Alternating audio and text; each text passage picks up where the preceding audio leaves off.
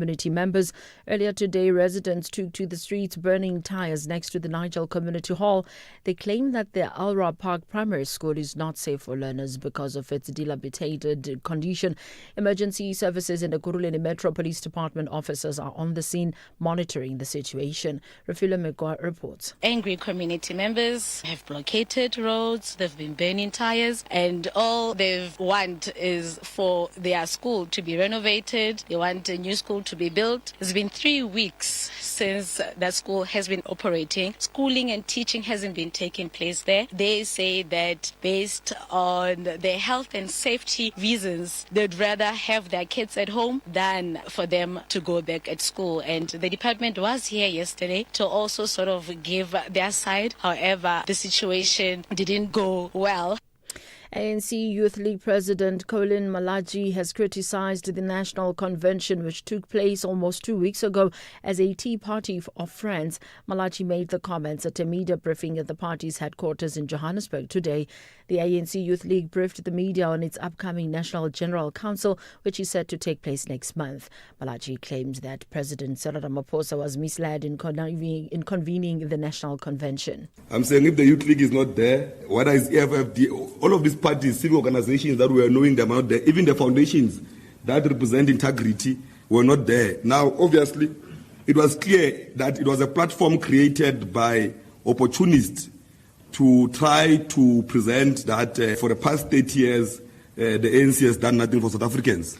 It was a right-winger platform, anti-democracy, set up, programmed by people who are obsessed about taking the progressive out of power.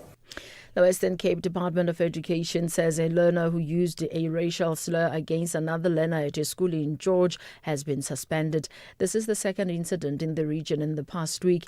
Last week, a Knysna high school learner was also disciplined after being caught on camera using a racial slur.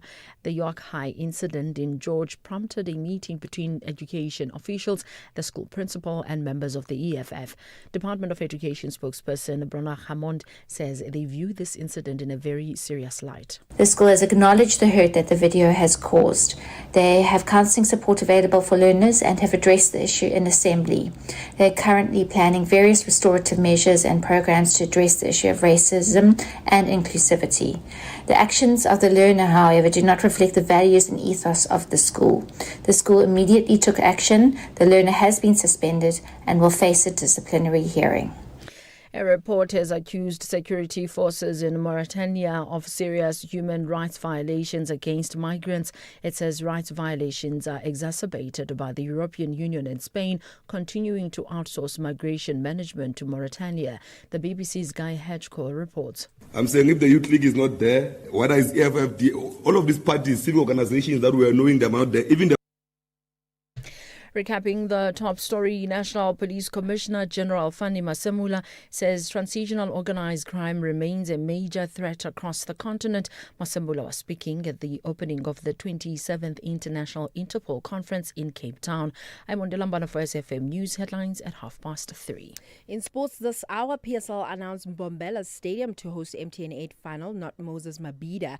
India's Ashwin ends IPL career, and Williams given a US Open doubles wild card with Fernandez. More details at 3:30. I am Baba Lobisha, the Executive Mayor of Nelson Mandela Bay Municipality. The Nelson Mandela Bay Municipality has recently adopted a 21.6 billion budget for the 2025-2026 financial year. This budget, shaped by extensive public participation, prioritizes critical needs such as electricity, sanitation, roads, and water infrastructure in the fight against crime. As part of implementation of this budget, strict measures have been introduced to fast-track spending, improve accountability, and ensure that every cent delivers real impact. This is more than just a budget. It's a commitment to community-driven service delivery that will not only improve our lives, but create an enabling environment for investment that will grow economy and create jobs. Together, we make our municipality work. Amakhosi have a different strategy. They want to collect maximum points in the early days of the season. While reigning champions, Masandawana, want to sing their happy song, Double Yellow. This is the Betway Premiership. Catch Mzansi's Clash of Giants, Kaizer Chiefs versus Mamelodi Sundowns, this Wednesday, 27 August at 6:30 p.m. live on SABC3 and SABC Plus. Then on SABC radio stations at 7:30. Proudly brought to you by SABC Sport. For the love of the game. So, Taryn, you've just graduated cum laude, but nothing says you're a genius quite like selling your car to WeBuyCars. Absolutely. My car was an 18th birthday present, and it's time to move on to something a bit more mature. So, where did you hear about WeBuyCars? All of my friends are using WeBuyCars. I would have had legit FOMO if I hadn't used them. And it was so quick. I did it on my laptop while sending around my CV. Smart move, Taryn. Graduated and upgraded. WeBuyCars. Geared for success, geared for you. The National Pulse with Ashraf Garda on SAFM. You're listening to the National Pulse, weekdays 3 to 6 p.m. So, yesterday I read this really interesting piece about the demise of BlackBerry and the rise at that time of Apple. And there was a period, I think in the 90s, maybe early 2000s, where BlackBerry was the absolute rage. You couldn't do without it, right? And then it fell. But of course, there's been other examples like that of the BlackBerries or Kodak and many others too. And it just got me thinking about, how nostalgic are you when a brand that's so close to your heart collapses for whatever reason, whether it's mismanagement or they've not read the market properly, they've not been innovative enough, others have taken over, but that particular brand is gone. It does not exist as you would have known it before. And how do you feel about it? I have to tell you, every time it comes up, like even with BlackBerry, I do wonder. It's like, I just wish I had a BlackBerry again, but it doesn't have the same currency any longer. You know that. But I think, as I mentioned, the nostalgia, you could think of 20 other brands that have come and gone around the world that you felt strongly about, that you could feel in touch, but they're not part of your life anymore. And how do you feel about that? Well, that's my point. I wonder what's yours. This is the National Pulse. Lots to consider on the show today. Lots to talk about, I can tell you now. There's an Interpol conference taking place, and we're going to get an update on that. And, of course, I think the headline act is the Minister of Police, Firoz Kachalia, and looking at how they can collaborate in Southern Africa, the SADC region, around crime. There's also a development in the DRC where there's a ceasefire talks set to be underway. That'll be held in Qatar. We'll get an update on that. There's more. There's an ANC Youth League media briefing that took place today. We'll cover that too. And there's also, and I think a really interesting thing I'm interested in, the TVET College Challenge around the future of work and their unique challenges and how they can address that. But I'll tell you what, let's get to the big issue. Okay. My big issue is just clearing my throat. My apology for that. Much better now. Thank you. Phineas to the rescue.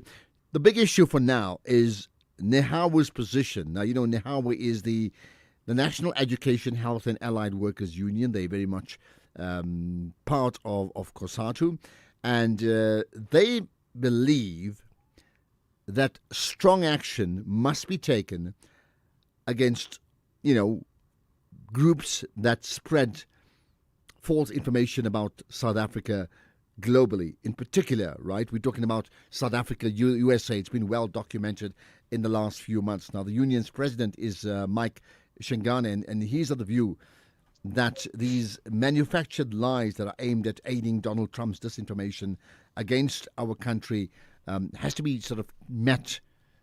It has to be challenged, okay? So I'll tell you what, let's chat to the president of NEHAWU, Mike Shingane. I appreciate your time. You're very live here on the National Pulse. Thank you very much. Good afternoon, Ashraf and your listeners, and good luck at you clearing your thoughts. Well, I certainly, I've succeeded on that. I think you need to clear your throat as well in terms of what you feel about South Africa and lobby groups with disinformation, particularly, targeting the USA with reference to South Africa. So you're not the first person to say so, but let's be very clear. What is your position? Of course, our position, Ashraf, is that the country is now suffering because of a group of South African citizens who are a minority, who are decampaigning the country and almost campaigning for the sanctions against the South African government leaders, in particular the leadership of the Liberation Movement. Our view is that in the past we will have categorized as treasoners, that you go out, you campaign against your own country to an extent that the international community reacts by isolating that country and isolating the leadership of government and the leaders of political party. Surely that's not what South Africans have fought for. That's not in keeping in the defense of the sovereignty of our country. Our view is that now we're going to have a situation where some people in the country will not be able to travel somewhere abroad, but also there are workers who are going to lose jobs. And it is our view that we can't leave this thing to government only, to the Department of International Relations. We can't leave this to the Department of Trade and Industry to fend off the defense of the sovereignty of the country. We do think that all those who love their country, we may be differing about many things, but surely we can't tolerate misinformation and the campaigning of the country to a point where the citizenry suffers at the hands of the powerful countries in the world. How do you differentiate between, the right to express an opinion, which is very much part of the South African fabric of our lives and constitutionally protected on the one hand, against what you call, decampaigning a country? It's well and good to express your opinion here in the country. And in fact, the biggest expression or platform to express your opinion and the kind of a country you want from time to time presents itself in a form of election. Therefore, majority of the people in this country have voted for the political parties they voted for. They have adopted the policies that we have adopted, and therefore the freedom of expression cannot translate into the citizens or the country suffering because of the expression of your views. We do think that there should be a limit, that your speech, your freedom must not harm others, because now the economy of the country is going to suffer. Now the legitimacy of our government is going to suffer. Remember, Ashraf, that of course in the past, the people of South Africa, the liberation movement, will have campaigned internationally for South Africa to be isolated. But that was because the government that was then was an illegitimate government. It was not representing a majority of South Africans. It was representing a minority.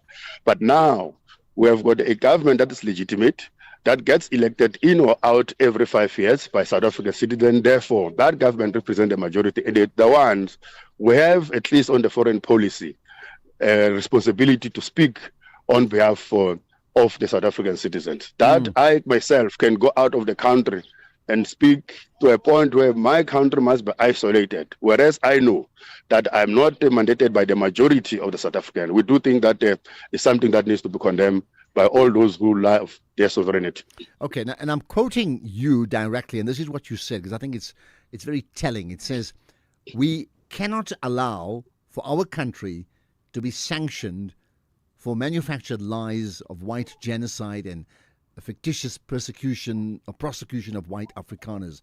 To this extent, AfriForum, Solidarity, Freedom Front Plus, and the Jewish Board of Deputies and the South African Zionist Federation must be declared enemies of our democratic state and be called to account for their sustained misinformation against our country. That's today what in the past would have been considered treasonous, that you go out of your own country and de-campaign our own country, has not been punished as a crime against the democratic state, is amazing for our part. Now, that's what you've said, right? My question to you, therefore, is then, what would you like to see happen? Well, of course, perhaps there are not enough laws today, because categorizing people of South Africa in the past as terrorists, for that matter, or prisoners, was something that when we came into democracy, we thought it should be the thing of the past. Perhaps we don't have enough laws to persecute such people, but perhaps they are, but maybe there's a reluctance of the state to prosecute those people. But our view is that that there's a reluctance of the state to prosecute such people doesn't mean that all of us as South Africans must keep quiet while we are suffering as a result of this misinformation. When we say they must be declared enemies of the democratic state, it is because they have succeeded in turning some countries internationally to declare South Africa as the enemy of their own countries, to declare some leaders of our country as enemies. Some are persona non gratas, some are now going to personally sanctioned because of the views they hold on behalf of their government. We don't think we should, as South Africans, sit by and watch such. All right, but considering what we have, that means the tools that we have right now, in terms of the Constitution, in terms of our laws, in terms of this being a constitutional democracy, what do you think, what can be applied to take the action that would please you? First, here in our conference, we are calling for all those who are victims of this misinformation. So we are calling for those progressives that love the sovereignty of the state to call out these people for what they are, so that their voices are not the voices that are dominating the national and the international discourse about what exactly is happening in South Africa, because it has been established, Ashraf, that indeed there's no white genocide in this country, to the extent that a country must be punished for something that is unsustained lies. It should not something that we should sit by. But secondly, perhaps as we embark on doing a lot of constitutional amendments and some acts and the Criminal Procedure Act, it's a matter that as a country we have to look into. We are one of the very few, if there's any at all in the world, that a country can tolerate and allow citizens to go out, paint bad their country in bad paint, and come back and walk free and proceed as if nothing has happened, while their fellow citizens are actually suffering. These people are not the underprivileged one. These people are not going to be affected by the bad light in which our country is going to be looked at.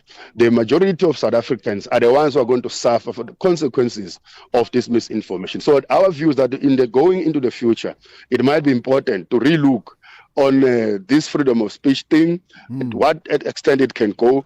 It is our view that shouldn't we, because at the end of the day, when we're inviting people to come and demonize our country, take action, sanction us, we are going to lose our sovereignty, we are going to lose the state, we are going to lose the project we have started of transforming the life of our people and building a united nation. Okay. In order to protect that, in order to make sure that that does not happen, we may have to look into, shouldn't we put measures in place to prevent this thing from happening in future? But that means, changing the Constitution, and we'll get to that and more in a moment. Do you know what's hiding behind colorful packaging of unhealthy food?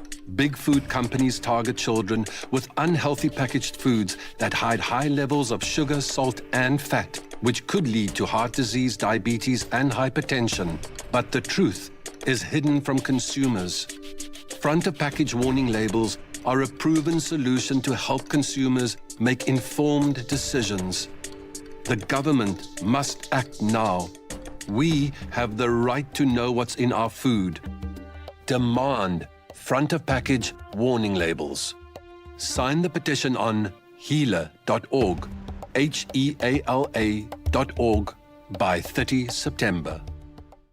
Get ready, South Africa! 12,000 athletes from every corner of the country will hit the ground running in the 5th edition of the Hollywoodbets Durban 10 Kilometer. A thrilling road race starting and finishing at Hollywoodbets Kingsmead Stadium. It's more than a race. It's all about community, good vibes, and rising to the challenge. Catch the action live on Saturday, 30th of August at 7 a.m. on SABC2, SABC Plus, and across SABC radio stations. Hashtag Let's Run and feel the energy. Brought to you by SABC Sport. For the love of the game.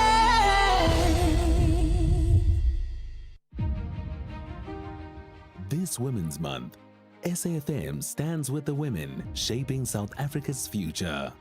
Under the theme, Building Resilient Economies for All, we honor the pioneers, the problem solvers, and the everyday heroes driving change.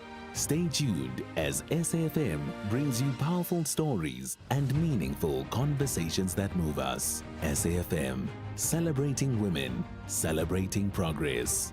SAFM, leading the conversations that move us.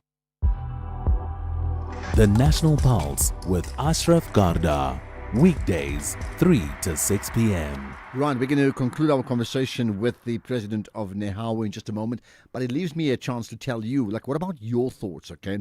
So think about this. You know about the various lobby groups that went to the USA in particular that effectively, as we would say in colloquial talk, dissed South Africa. So lots of people have said something should be done about it. I think the word treason has been mentioned many times, but in a constitutional democracy as South Africa, that's easier said than done, right? Because we have this right to express ourselves, even if many of us don't agree with it at all.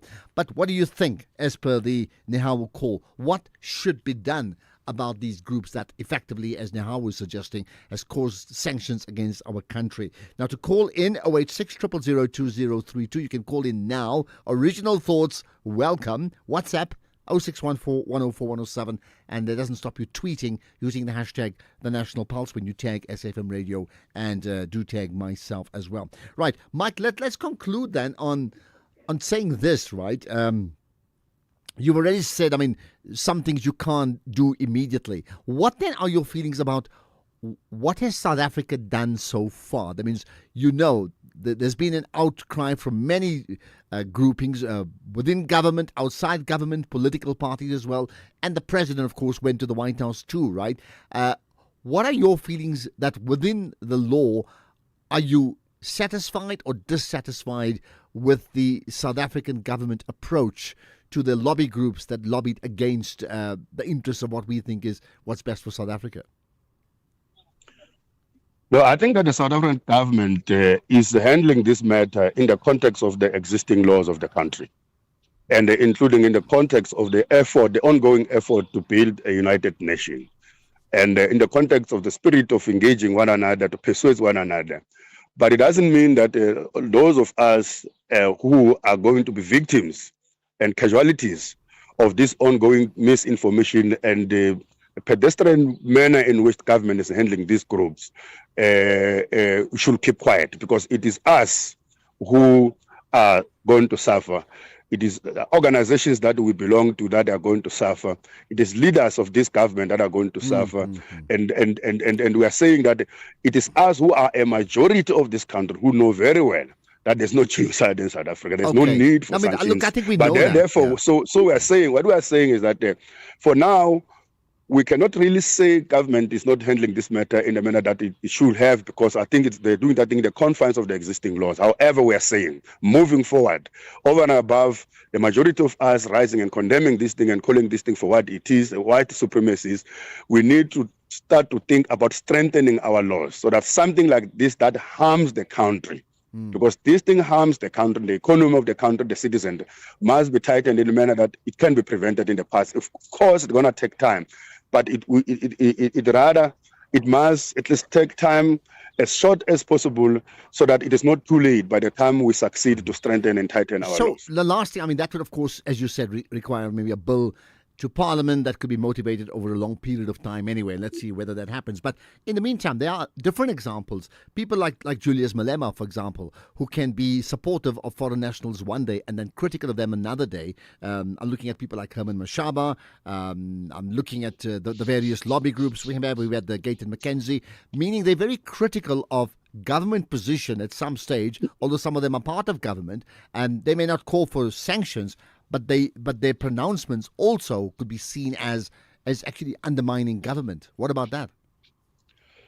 Well, I don't know them to have been taken a trip outside the borders of the country and campaign against South Africa. They may express views in their platforms, in their meetings, in their rallies, or including in Parliament, or whatever they speak. But to have a deliberate engagement with foreign capital and even put on the table that action must be taken against South African government and the South African leadership of the government, we do think that that's taking it too far. That's number one. But number two, those organizations we have mentioned, they don't necessarily have a responsibility to speak on behalf of government, and therefore they themselves have never been a subject. Now some of them, like Julius Malema you mentioned, is one of the person that they must now be a subject for sanctions. We cannot have a situation where South Africa is a multi-party democracy to express and campaign politically in the country because of the views that people have held during the revolution. So there must be sanctions. Okay. We cannot have that part. All so right. my view is that... Yeah. Sorry, just the last Okay. thing as we wrap up, right? I mean, would you not make the distinction between people physically traveling abroad to campaign, or as you say, decampaign against South Africa? They may argue differently. They may say they're decampaigning against what they see as an atrocity against people in South Africa, but that's another conversation. Versus people who don't have to travel, because in today's world, you don't have to travel. You can just pronounce from where you are, and you will be quoted in other countries anyway. No, we will make a distinction. These ones sought a meeting. They met head of the states. They put on the table the request that those states must take an action against their own country. There's a difference between pronouncing myself, even in the very same speech that you might have listened yesterday or even today. I've had critical issues to raise about our government, critical issues to raise about how things are happening in the state in terms of the economy, in terms of how workers have been treated. We do that every time. That's why we become a critical voice. But we commit to campaign for these things, to fight for the attainment of these ideas here in the country within the context of our constitutional democracy as we know it. Okay. Not to go and ask for foreign assistance to come and interfere in our sovereign state and therefore sanction our country. Right. Your point has been made. Appreciate your time. Mike Shingange, the president of NEHAWU, essentially saying those groups that lobby against South Africa abroad, well, action has to be taken against them, if not now. Then we need to change our rules to make sure that would be the case. Yes, some comments from you. Let's get to some of them now.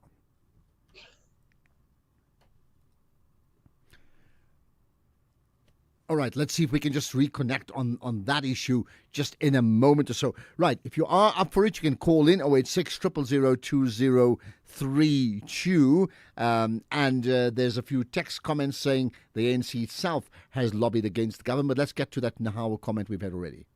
Hey, sir, man, this president of NEHAWU, he's just chowing the money from NEHAWU, you know, from all the people, the workers that's been paying faithfully to NEHAWU. And he comes up with this campaign, this misinformation campaign. There's no misinformation. Corruption is real in South Africa.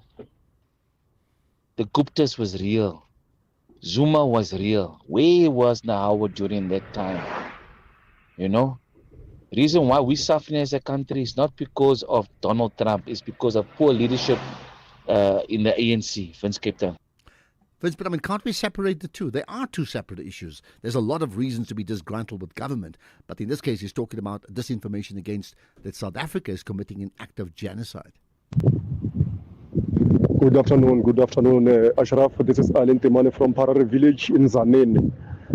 Ashraf, sweet talks from ANC leaders, from ANC comrades. Sweet talk indeed, sweeter more than honey. But you know, we're sick and tired of this ANC.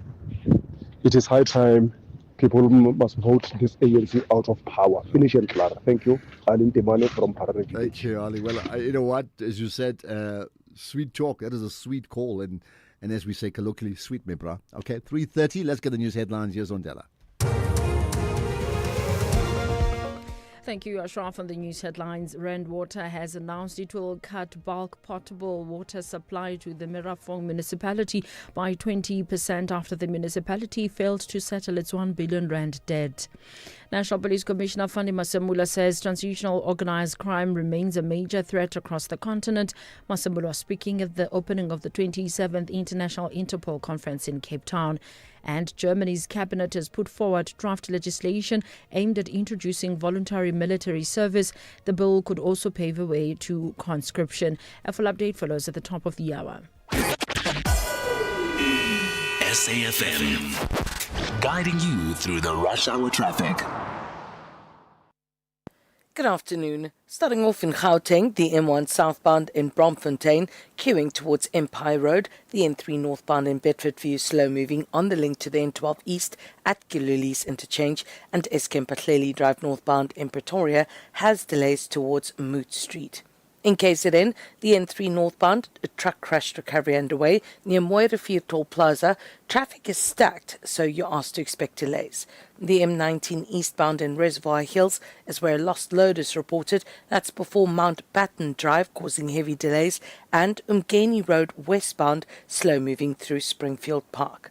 In Cape Town, the N2 Nelson Mandela Boulevard outbound slow moving towards Hospital Bend, the M3 southbound slow moving through Bishop's Court, and the M5 northbound slow moving towards the N1 Kuburg interchange. With your traffic update, I'm Irma G. This is SAFM Sports with Tuming Kapele. To me, I promise you, if you do not talk about Kaizer Chiefs and Mamelodi Sundowns, then there's something wrong with you. Because I went and full up petrol today. Yeah. That's all the guys are talking about. And you know what's the beauty part? It's the Chiefs guys. There's a glow that they have. They're wearing yellow. I'm definitely going to touch on that. A very good afternoon to you, Ashraf, and our listeners. But before that, in a twist of events, the Premier Soccer League has announced that Mbombela Stadium is the host of MTN 8 final and not Moses Mabhida. The PSL confirmed that yesterday's reports of Moses Mabhida were false, with the final between Orlando Pirates and Stellenbosch FC on the 13th of September at 6 p.m. And the defending champions Pirates will be the home team in this final, with Stellies as the away team. Then tonight's Kaizer Chiefs and Mamelodi Sundowns clash is a hot ticket because the initial 60,000 tickets were sold out, but good news for fans because an extra 15,000 tickets have been released for those still looking to be part of the action. And Mamelodi Sundowns right back Zuko Mduyela admits that one of their biggest challenges against Kaizer Chiefs tonight will be dealing with the home crowd's energy. Playing against Kaizer Chiefs is never an easy game, especially playing in their home venue. They utilize that very well. Their crowd is going to come out in numbers and they're going to have the support. And it's very important for us not to dwell a lot on things that has happened in the past, but to focus on what we can do in the future. Meanwhile, Orlando Pirates head coach Abdeslam Wadu says that the club is awaiting a full medical assessment on star player Relebogile Mofokeng's injury and will provide an update soon. Now, Wadu says that it was important for him to leave Mofokeng out of yesterday's match after he was limping following the MTN 8 semi-final against Mamelodi Sundowns last weekend. About really, unfortunately, I have to discuss with my medical department.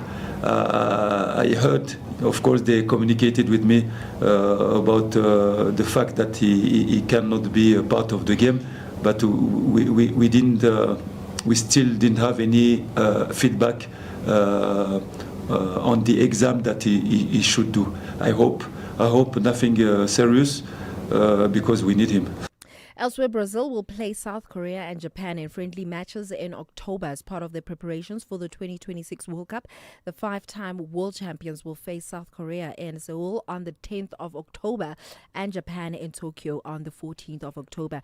Now, Brazil have already secured their place at the 2026 World Cup and are set to play Chile and Bolivia next month in their final two qualifiers. In cricket, spinner Ravichandran Ashwin ended his India Premier League career today, but hinted that he may be available to play other competitions of franchise cricket. Ashwin began and ended his IPL career with his home team Chennai Super Kings and then represented Raja and Pune Super Giants, Delhi Capitals, Rajasthan Royals and Kings Punjab. He is IPL's fifth highest wicket taker with 187 wickets from 221 matches with an economy rate of 7.2. In tennis, Venus Williams will compete in the women's doubles at the US Open after being awarded a wild card with Canada's Leila Fernandez. At the age of 45, Williams returned to her home Grand Slam tournament for a record-extending 25th time earlier this week.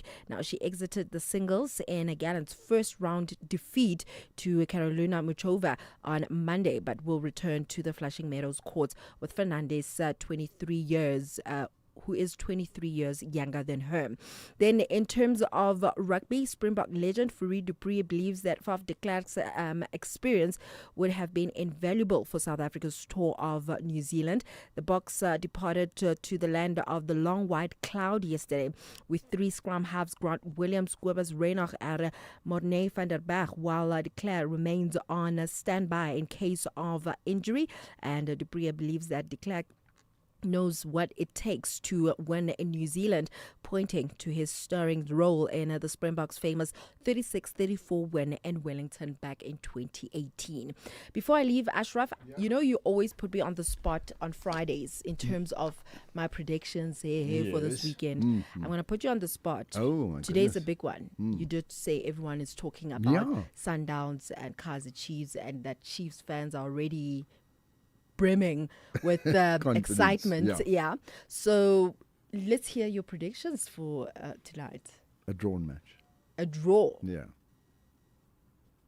Okay. This is a league game, right? I mean, Yes. it's not a knockout. A Yeah. draw. Yeah. Okay. Okay, let's see. If you think you cannot afford a lawyer, think again. Clientele Legal has made professional legal services affordable for you. Whether it's a civil, criminal, or labor-related matter, we have a nationwide panel of attorneys standing by to assist you. SMS SAFM to 32195. That's SAFM to 32195 and we'll call you back. Clientele General is a licensed non-life insurer and an authorized FSP. Standard rates and terms and conditions apply. Bafana Bafana will host Nigeria in a FIFA 2026 World Cup qualifier at the Toyota Stadium on Tuesday, 9 September at 6 p.m.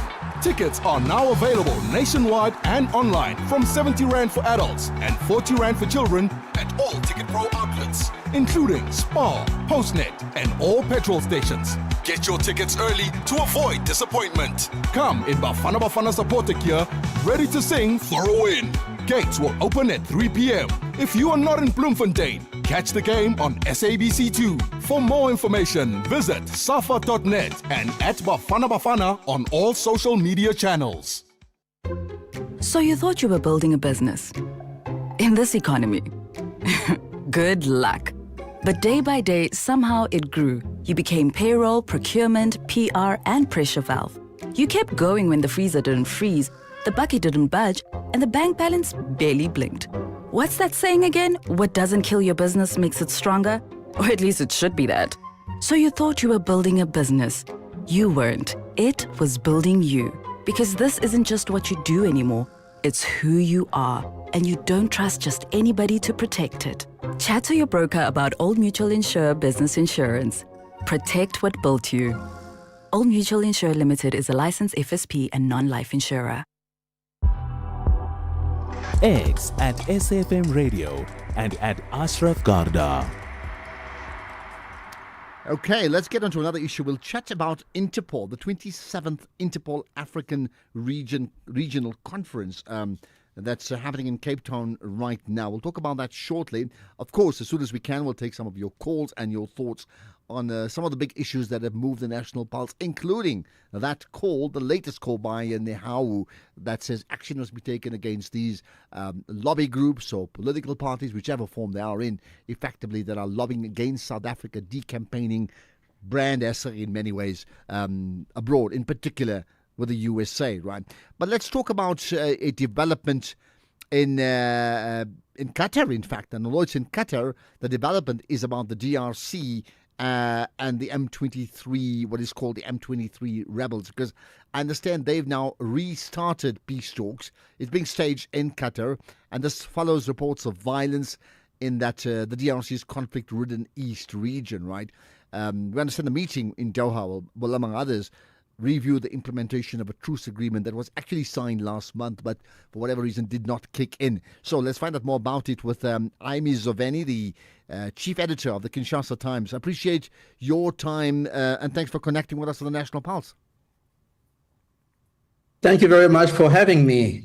Yes, the M23 and the DRC government have again gone back to the negotiation table after pretty much a week of a standstill, because these negotiations have ground to a halt on the eve of the date which was supposed to be when that agreement was going to be signed.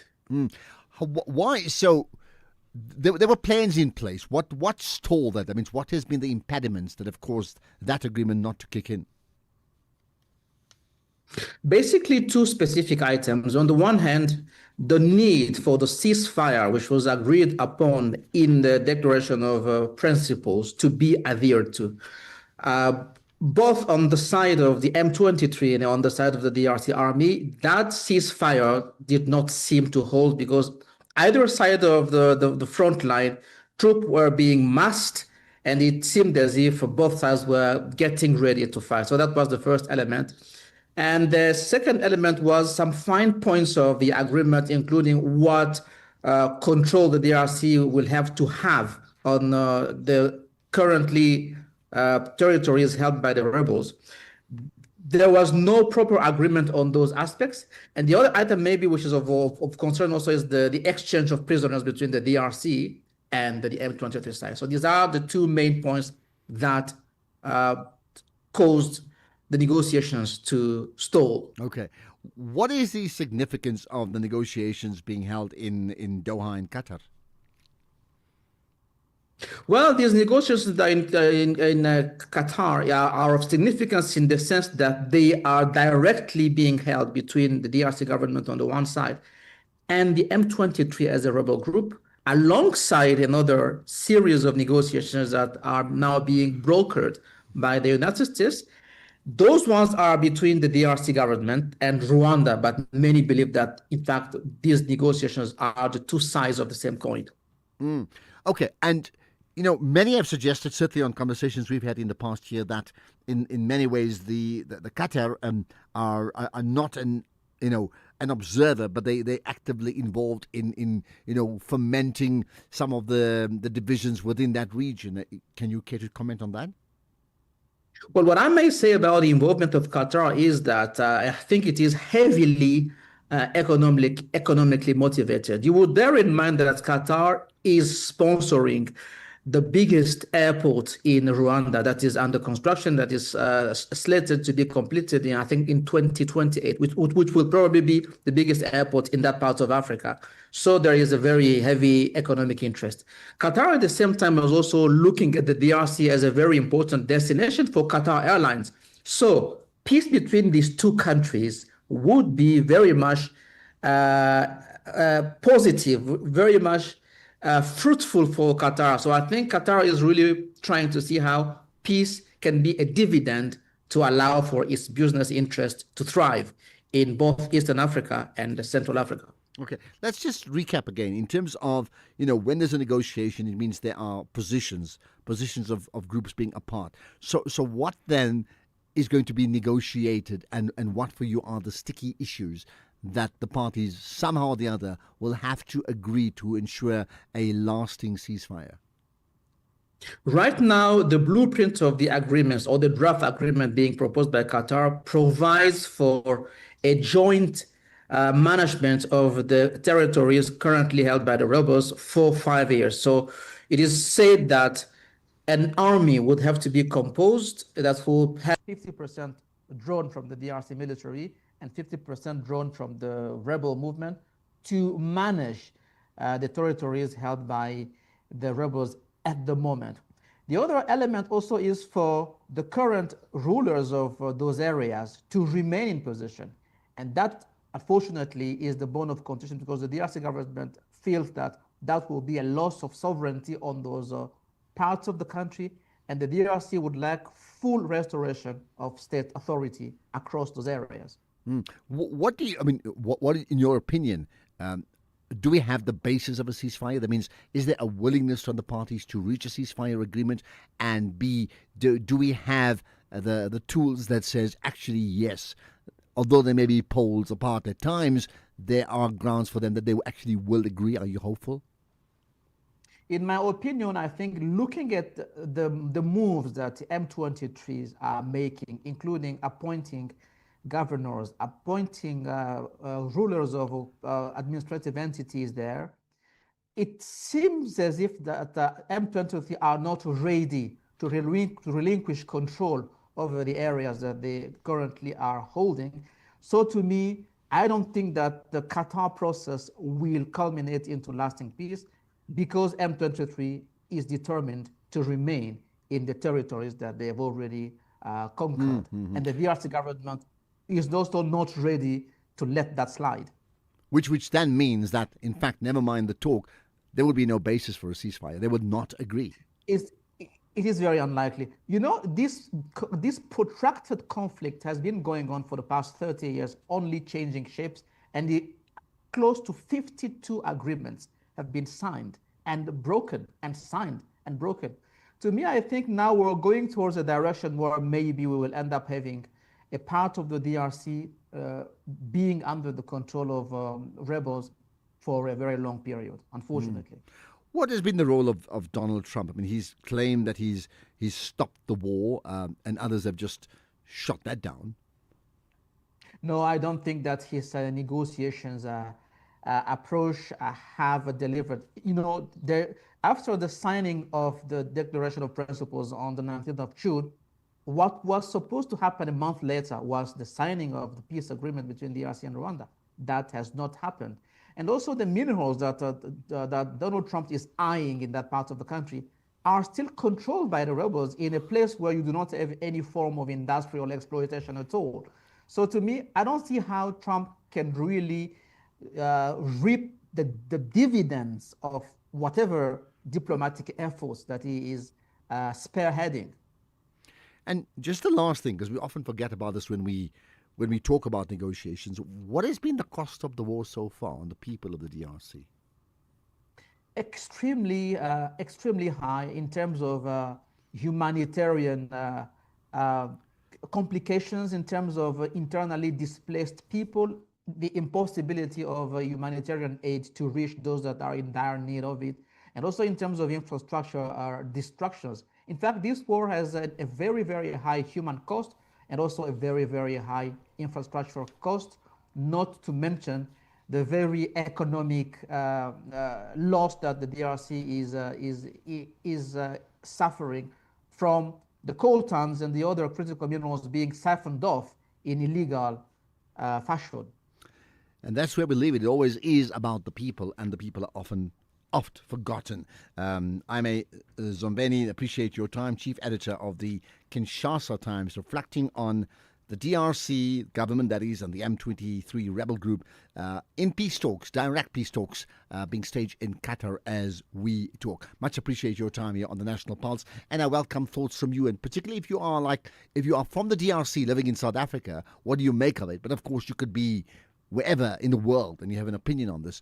Tell me what you think about what's developing or not developing in that region, and just how hopeful are you around it? Well, how hopeful are you regarding the outcomes and the actions regarding the 27th Interpol African Regional Conference? Either way, we're going to connect with that next.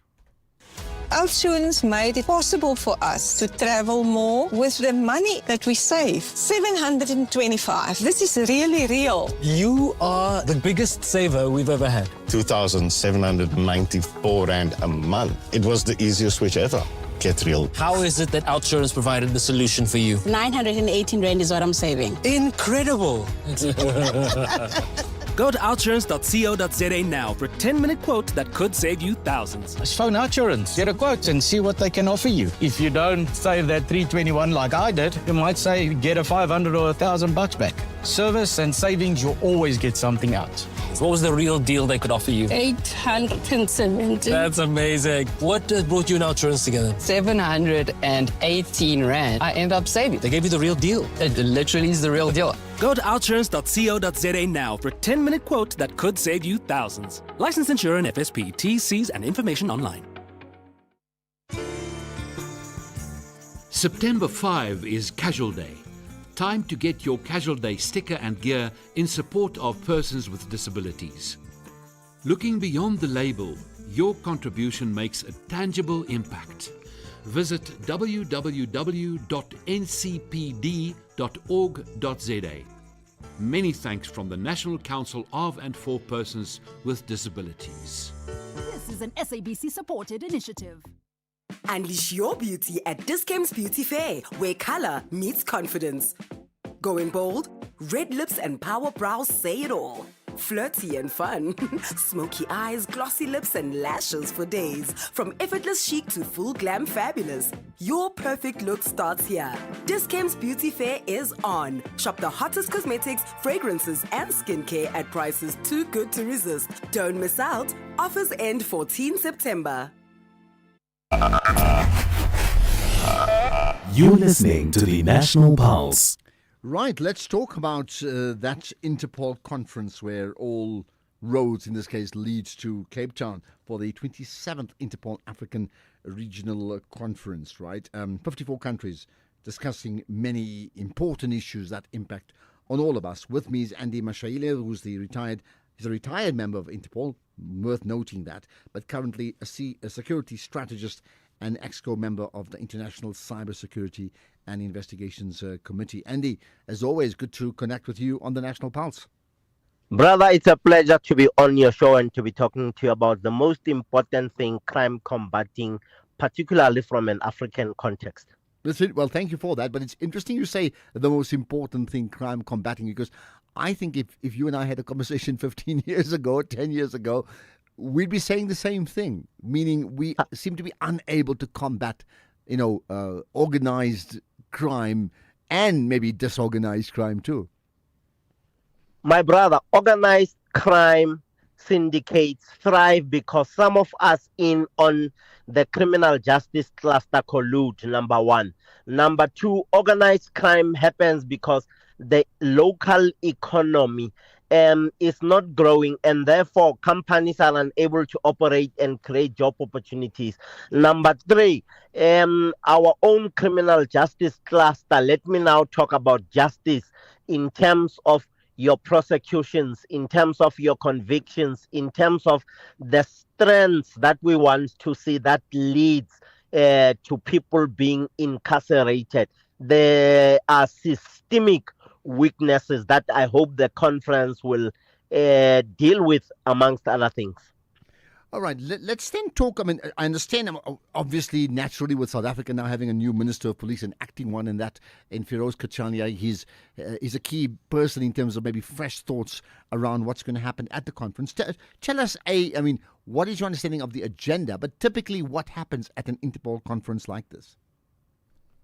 You look at the successes, the operations, the performance as per the last Interpol conference, which was around 2 years ago, if I'm not mistaken. You look at the successes, you look at the challenges, you look at the growth of crime, you look at the growth of organized crime syndicates, you look at the new modus operandi that they use, amongst others, on the drug manufacturing, drug distribution, drug channeling. As you and I know that there were 2 Mexicans arrested some time back in Limpopo with that 2 billion rand worth of laboratory. So the new method in this example would be Mexicans would now not be sending contraband, loads and loads of cocaine. They would send, like we have seen, chemical engineers to come and manufacture here. So that is a change to the ordinary modus operandi of drug distribution that we have seen. So these are some of the things that the conference looks at. Cybersecurity, cybercrime has escalated to such an extent that by the end of this year, 2025, the cost of cybercrime in the whole world would be $10.5 trillion. To South Africa, the cost of cybercrime by the end of this year, it will still be as last year, 4 billion rands to 4.5 billion rands as expected and predicted this year. So Interpol, this conference looks at these dynamics. Your international car hijacking syndicates, your transnational arms trafficking, human trafficking, trafficking in children, and trafficking in women, as we have seen those social influencers recruiting for that Russian agency or purportedly non-existent Russian employer. You look at the new methods that criminals, in this case cyber criminals, that they use, and you say at the end of this conference we must have a plan, we must have a strategy, and we must have an actionable plan to deal with social influencers recruiting children, between young ladies, between young girls between the ages of 18 and 22. So let's then talk about, I mean, you mentioned a few things, right? But certainly from this particular African regional conference, it would focus, I think, certainly from a regional perspective, whether it's the entire continent, and then say from a South African perspective, what happens in the SADC region, right? Now, there has been ongoing conversations on shows like this here from people talking about what seems to be not just porous borders, but the ability for people to peddle illegal trade across this entire region. What do you think? I mean, what's being tabled, and would you have a proposal in terms of what do they need to get right so that we don't have this conversation in another 10 years' time? What we need to do right from a cybercrime perspective, as an example, would be to increase the operations like Operation Serengeti that we have seen, that was able to bust across 7 countries between June and August this year, and bust and dismantle operational scam centers, take equipments, arrest cyber scammers, and also compensate the 88 victims who lost about 1 million US. We also need to ensure that the agreements that we have had as the region would be activated. What am I talking about? This morning, Tantlam Kwanas was being interviewed, and he said, KZN used to cooperate with Mozambique, and Mozambique would do the same. But with a change of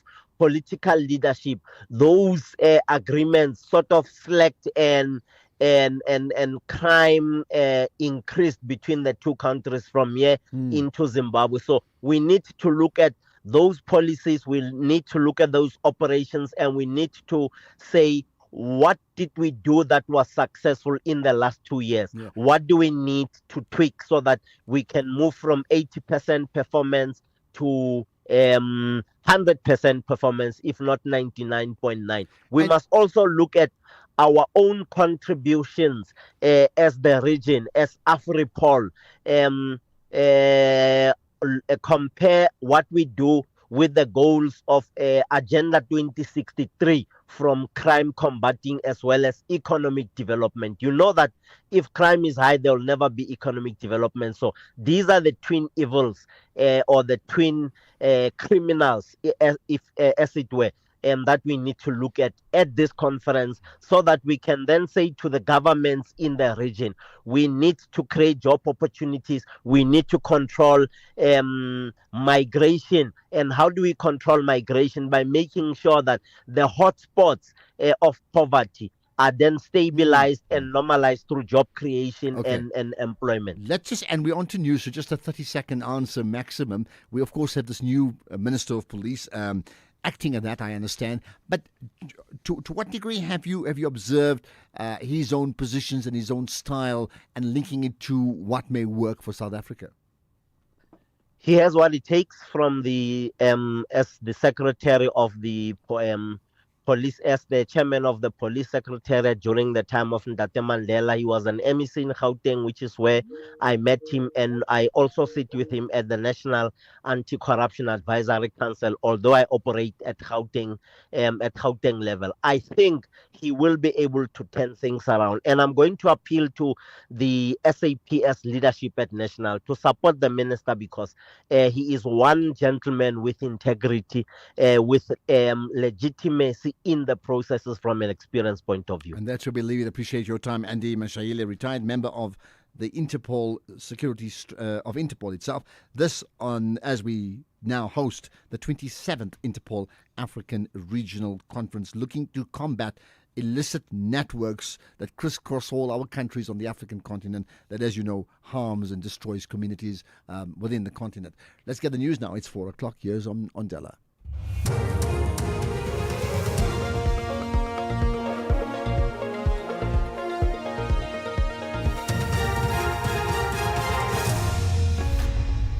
Thank you, Ashraf. On the top stories, Rand Water to cut potable water supply to Merafong municipality, and organised crime a growing concern across the continent.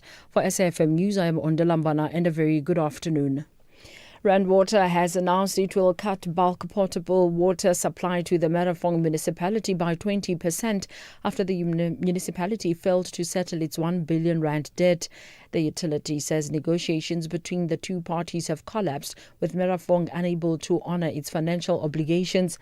Rand Water spokesperson Makinosi Maru says the reduction is necessary to curb further debt accumulation. The decision to implement the stringent credit control measures ensures compliance to the provisions of the Promotion of Administrative Act. This act is necessary to hold municipalities accountable and to prevent further escalation of water services debts. Rainwater remains committed to serving its customers and ensuring long-term security of potable water supply to all its customers, with their corresponding duty to pay for the services.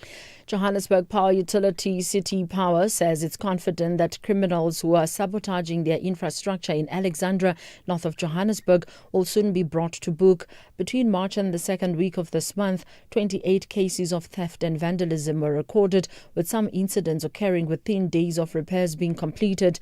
The latest incident was recorded yesterday in Lombardy East, where a transformer was vandalized. City Power spokesperson Isaac Mangena. City Power is concerned about the rise in a number of vandalism and theft cases around Lombardy East in Alexandra and the surrounding areas, such as Bramley and Lindest, as we currently are making headway in our efforts to basically follow on the leads around those that could basically be involved in this, which appears to be a work of coordinated, organized group of criminals that are hell-bent on sabotaging our operations in the area. The situation in Nigel, east of Johannesburg, remains tense amid running battles between police and angry community members. Earlier today, residents took to the streets burning tyres next to the Nigel Community Hall. They claim that the Alra Park Primary School is not safe for learners because of its dilapidated condition. Emergency services and Ekurhuleni Metro Police Department officers are on the scene monitoring the situation. Refila Mekwa reports. Angry community members have blockaded roads, they've been burning tires, and all they want is for their school to be renovated. They want a new school to be built. It's been 3 weeks since that school has been operating. Schooling and teaching hasn't been taking place there. They say that based on their health and safety reasons, they'd rather have their kids at home than for them to go back at school. And the department was here yesterday to also sort of give their side. However, the situation didn't go well. National Police Commissioner General Fani Masamula says transitional organized crime remains a major threat across the continent. Masamula was speaking at the opening of the 27th International Interpol Conference in Cape Town. Law enforcement agencies from around the world have gathered to discuss strategies that will help combat emergency security threats and organized crime around the globe. Masamula says drug and human trafficking as well as cybercrime are major threats. Our duty as law enforcement leaders is not only to dismantle these criminal networks, but also to restore dignity and protection and hope to the people we serve. Esteemed delegates, Africa is a continent of immense potential of growth, innovation, and resilience. Yet, these very strengths are targeted by those who profit from instability and exploitation. The only way to protect this promise is to build strong institutions, share intelligence, harmonize our legal frameworks, and strengthen trust amongst our nation. Germany's cabinet has put forward draft legislation aimed at introducing voluntary military service. The bill could also pave the way to conscription. This comes as major European powers rearm and consider ways to increase the number of soldiers following Russia's full-scale invasion of Ukraine. The BBC's Bethany Bell has the details. The German government said it was aiming to strengthen the army's reserves and active forces. In future, all 18-year-old Germans, both men and women, will be sent an online questionnaire asking if they're willing to volunteer for military service. The government says this will be voluntary for as long as possible. However, if the security situation gets worse or if there are too few volunteers, the government could decide to make military service compulsory with the approval of Parliament. Recapping the top story, Rand Water has announced it will cut bulk potable water supply to the Mirafong municipality by 20% after the municipality failed to settle its 1 billion rand debt. I'm Mondolambana for SFM News headlines at 4:30. In sports, the Sour Chiefs achieves weary of Mamelodi Sundowns, and Dlamini sets SA 300-meter hurdles best in Slovenia. More details at 4:30. SAFM, guiding you through the rush hour traffic. Good afternoon. Starting off in Gauteng, the M1 northbound slow moving towards Woodmead Drive, the N1 northbound in Midrand queuing towards New Road, and the N3 northbound in Bedfordview slow moving on the link to the N12 east at Giluli's interchange. In KZN, the N3 eastbound a stationary vehicle at Ashburton, and the N3 northbound is where truck rush recovery is underway near Mooirivier Toll Plaza. Traffic is stacked and you are asked to expect delays. In Cape Town, the N1 outbound slow moving on Plattekloof, Main Road outbound in Observatory is slow moving towards the N2 highway, and Albert Road slow moving through Woodstock. With your traffic update, I'm Irma G. After a 1-0 loss against Arsenal in the opening match of the new season, the Red Devils are searching for a win at Old Trafford. Mason Mount! Oh, what a finish from Mason Mount! Kills it home 2-1. However, the Clarets are gunning for a crucial 3 points away from home. Justin Brownell! We're all square! What a goal from Burnley! This is the Premier League. Experience Manchester United versus Burnley FC on Saturday 30 August at 3:30 p.m. Live on SABC3 and SABC Plus. Proudly brought to you by SABC Sport. For the love of the game!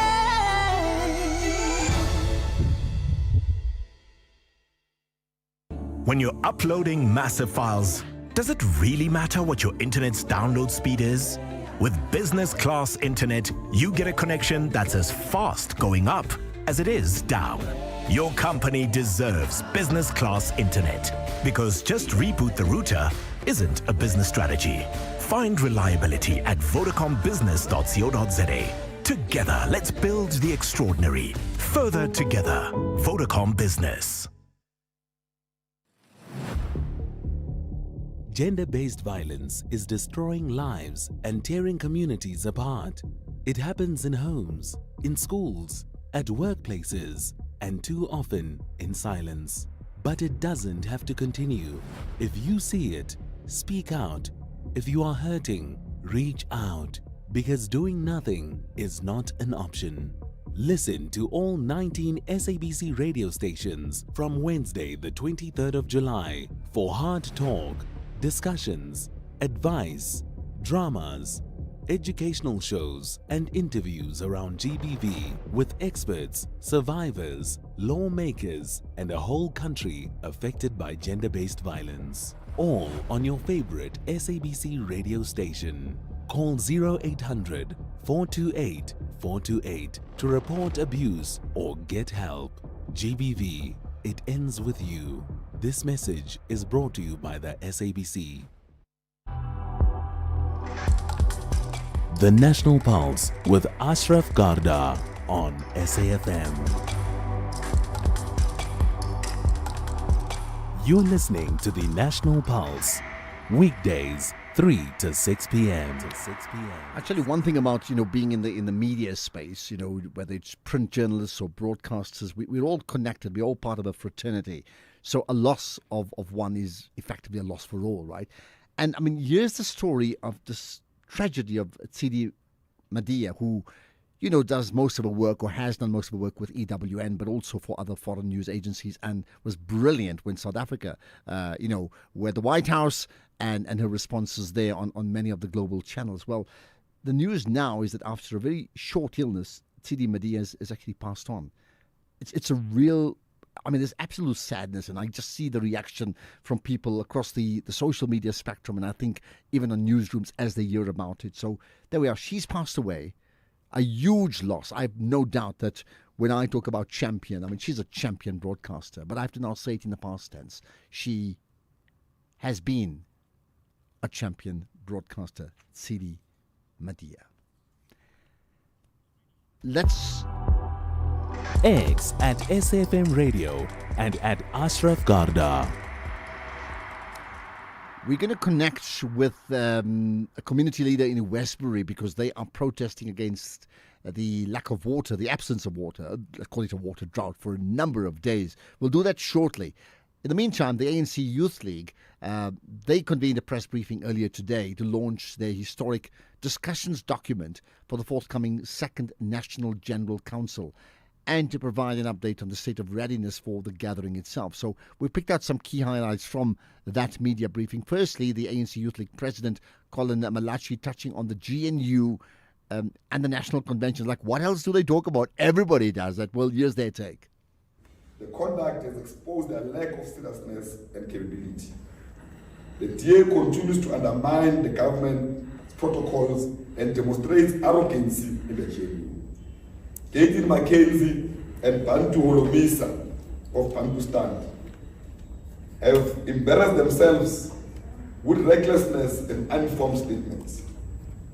These incidences have exposed the critical truth that many of these parties are not prepared to be South Africa.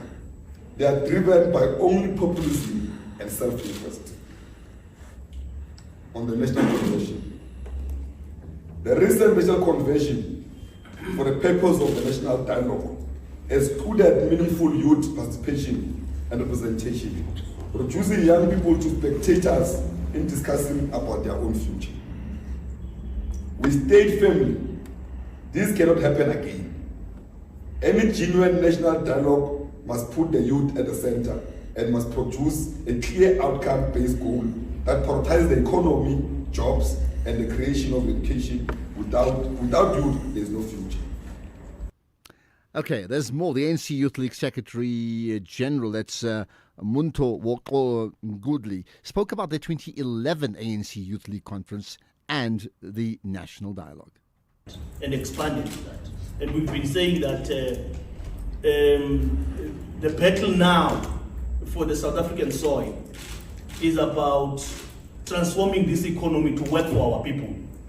And we've been very clear making propositions that we must industrialize our critical minerals in order to create industrial capacity or industrial development in South Africa, create economic opportunities and jobs.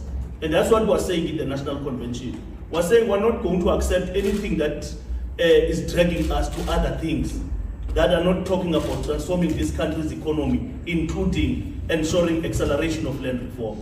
And that's what we're proposing in the national dialogue. Any national dialogue that does not resolve the land question and the economy is a mere waste of time. Because our historic struggle as Africans and the black people in this country is a struggle against the dispossessions of land and the economy. But participation of our black people who constitute the majority of this country are living in squalor conditions in the informal settlements and rural areas, in underdeveloped rural areas. And that's why we're saying we're not prepared as the Youth League to listen to anything that does not talk to this question about beneficiating our minerals, industrializing, creating economic opportunities and jobs. That's what we are proposing in the national dialogue. Anything that does not have that, we're not prepared to listen to that. But we're also saying this national dialogue must be civil society led.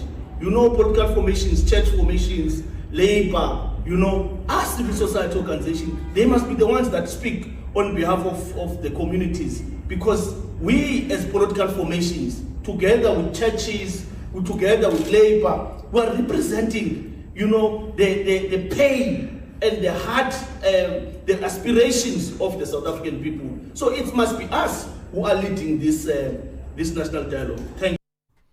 So it must be us that is leading the national dialogue. Interesting thought there.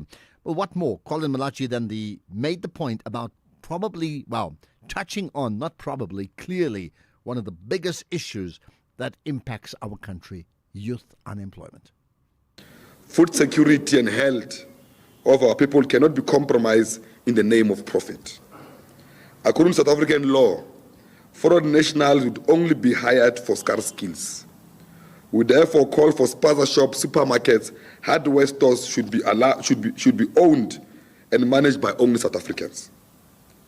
On youth unemployment and economic participation, the youth unemployment remains the single most urgent crisis in our country. Over 60% of young people are unemployed, which is a ticking bomb if it's left unaddressed. We cannot continue to operate in an economy that is extra active, where South African export raw minerals only and only import finished products at a higher price. The ANC Youth League has been proposing a beneficiation of 70% of our raw materials, as well as the reindustrialization of strategic mineral resources. We further call for export quotas that protect local industries and ensure that South African markets are not flooded with cheap imported product that destroys jobs. If beneficiation, industrialization, and local procurements are implemented decisively, they will unlock thousands of sustainable jobs for young people and develop skills and begin to break the cycle of poverty. On our struggle for economic freedom in the post-bank, the struggle for freedom in our lifetime remains non-negotiable. The Youth League reaffirms its demands for radical economic transformation that gives young people ownership, control, and meaningful participation in the economy. Okay, that's we'll certainly welcome comment from that, because I often ask you, come on, what is it that moves the national pulse? So you tell me what for you has been the biggest issue so far and what you may expect even now in the next couple of hours as daily the news cycle develops and unfolds, right? Well, we're going to touch on that issue of Westbury shortly, not quite now, later on, but I do know that residents have vowed to continue with their protests until all their demands are met. So we'll pick up on that story later on because they're very disgruntled. They're talking about, it's not a case of a day or two, it's even extended where there's no water in that community. But it leaves me now time to get to you because I want to get your thoughts. So what's moved the national pulse today? The SAFM University Debate Challenge is back. The University of KwaZulu-Natal will take on the University of Zululand in what promises to be a nail-biting debate. Join us for the 1-hour debate on This Week Today with Oliver Dixon from 6 to 7 p.m. on Friday, the 5th of September 2025. The SAFM University Debate Challenge is an independent, non-partisan progressive initiative seeking to develop confident communicators, critical thinkers, and empowered global citizens. SAFM, leading the conversations that move us. Ashraf Garda is streaming live now on Facebook, YouTube, and X at SAFM Radio. You're listening to the National Pulse. So we'll hopefully do an extended interview around the community of Westbury, that's west of Johannesburg, later on. But here's a clip that you need to hear. The SABC News reporter Calvin Dludla on the ground speaking to the residents of Westbury. And in this case, you're speaking to one person. And listen to what she had to say. Okay, so we've been a couple of months without water. I care for the elderly. And every time going and care for an elderly person, there is no water. So to wash them, take their medication, all those things, it's a problem. They must take the medication, they don't have water to drink. To wash them, wash their clothing, it's terrible. So this is why we're protesting today. How are you affected personally? Personally, we can't flush our toilets. I've got a sick son at home. You need to take medication. Our clothing's not been washed. It's sickening. It's sickening. Have you engaged the government officials? What are they saying? No, I haven't, but I'm sure the other community members have. What would you like to see happening? We would like our water back. Please, we would like our water back. One would ask if you are saying you want your water back, if water does not come back, what are you going to do? Oh, there's going to be problems, there's going to be fighting, there's going to be more protests. It's just bad. It's going to be bad. We want our water back. That's the voice of Nabila Lodovic from that community of Westbury, west of the the city of Joburg itself, and I believe it's been extended like a week, maybe even longer, of no water. We need to get to the bottom of that story, right? But it means I can talk to you, so let's get your thoughts on some of the issues that we've raised already, including that of Nehawu. A very good afternoon, Ashraf, SAFM listeners. Look, Ashraf, I hear what the president of Nehawu says, Mr. Shingange. But my question to him is that, are we only going to implement laws to charge those lobby groups like AfriForum, Solidarity and what? Because I hear him somehow he's protecting this ANC leadership. The ANC leadership are the one who failed to make the laws of that nature so that these people like this can be prosecuted when they do something like this. Marumo Mahiking, good afternoon. Thank you. You see, some may say also, what about others who may not travel abroad, but their actions undermine the country anyway? Just think about that too, right? Hi, Ashraf. I can understand the sentiments of your guest. It's not nice when our country gets bad-mouthed unjustifiably. Can we approach the International Criminal Court and see if they could sort of take over cases like this internationally, just as a general thing, where they catch people that run around and tell lies about their own countries? Okay, that's a thought. Maybe just something to consider. Although my quick understanding between the ICC and the ICJ is that the ICJ would rule over countries, and the ICC would rule over personalities, individuals. But I mean, that's neither here nor there. I think I get your point. Okay. Hi, Ashraf. No, I think we should just forget about treason with regards to these lobby groups going to other countries and speaking bad about us. What we should rather do is to lock them out of government contracts. And furthermore, those who do business with individuals in those lobby groups also should be locked out of government contracts. I think that's what we should consider doing. Okay, just lock them out. How do you plan to do that? I'm looking at the practicalities of it all. I'm just wondering, right? So, remember I mentioned the passing of Tshidi Madea. There's response about her too. It's been extended. There's no war. Good day, Ashraf and the SAFM listeners. What a sad day for the industry to lose such a distinguished journalist. May the soul of Tshidi Madea rest in peace. This is Mbuzeni in East London. It's very sad. I completely concur with you. You know, and when they represent our country globally, they are all South African, as she has been, right? Hello, Ashraf. Sorry, I'm sorry. This is Galen Corbera or Port Elizabeth, one of your ardent fans. Sorry, I've got a bit of flu, but I've just come out of the shower and I heard about Tshidi Madea. I am absolutely mortified. Good Lord, I thought I was getting better, but now I'll just probably have a relapse because I am so sad, so terribly, terribly sad. That is the most dreadful news I've had for a long time. I'm very sorry. I'm so sad because I really did love her. The last interview I watched her was when she did Helen Ziller, and I've always just loved her spunk. I loved her principle. I loved her spirit. I loved everything about her. Oh man, I'm so sorry to her family. I really did love that girl very much, and yes, she was a favorite. So to all of you out there, I'm so saddened by it. I really am. May her dear soul rest in peace. Oh, thank you. That's a beautiful call. Thanks for being a fan, but also not just of me and the show, but being a fan of Tshidi Madea. But sadly, she's passed on, and you're quite right. I mean, I knew her. I didn't know her well, but I've interacted with her, and I've interviewed her a few times. It's just brilliant at what she does, right?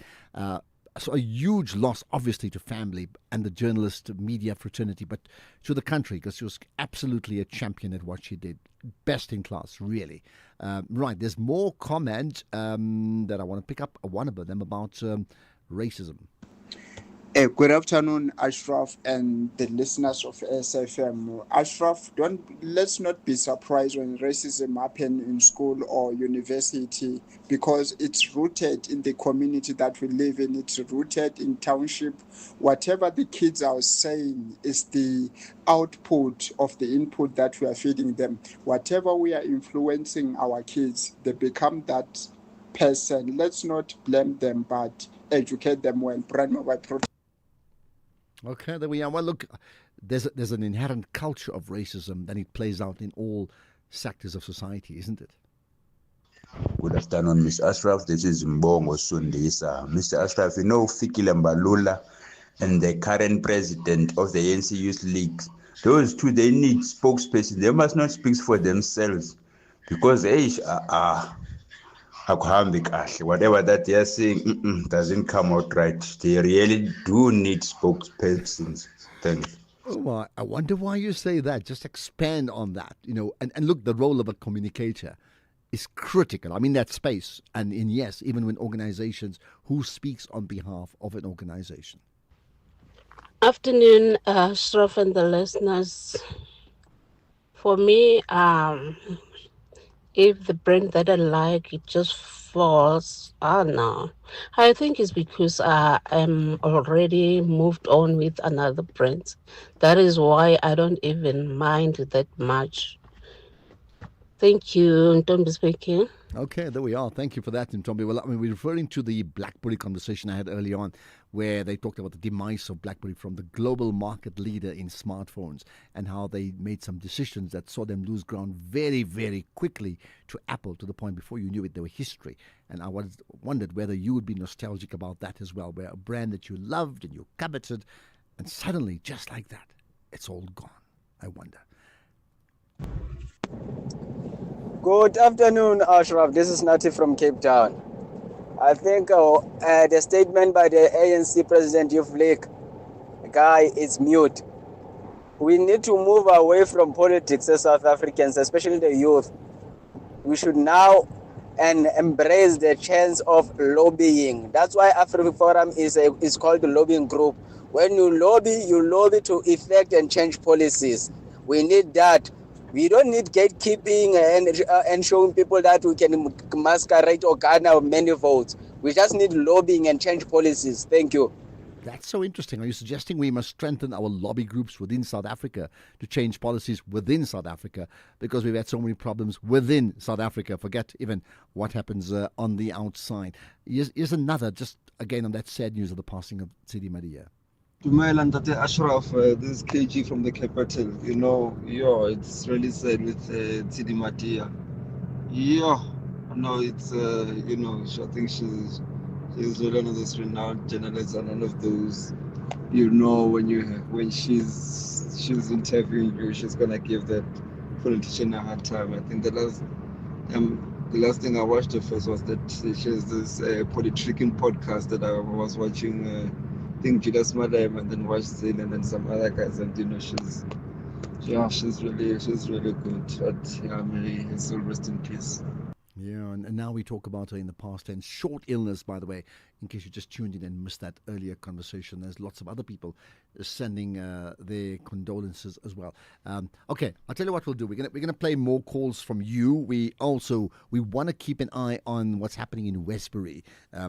Because that story of no water is an issue that we can copy and paste in many parts of our country. And some of them, in this case, it's a metropolitan area, predominantly coloured community in Joburg, but it could be others too, metros as well as regional communities. And somehow this issue of like no water has become completely normalized. So if you have a water story to tell us, or a waterless story to tell us, then I want to know about it. 4:30, here's the news headlines with Ondela. Thank you, Ashraf. On the news headlines, 2 e-hailing drivers have been wounded during a shooting in Guadabega near Pinetown in KwaZulu-Natal. The drivers were also assaulted allegedly by taxi operators. Rand Water has announced it will cut bulk potable water supply to the Merafong municipality by 20% after the municipality failed to settle its 1 billion rand debt. And Pakistan's Punjab province has called in the army to help rescue people from areas devastated by floods. A full update follows at the top of the hour with Jwalani Ngwebe.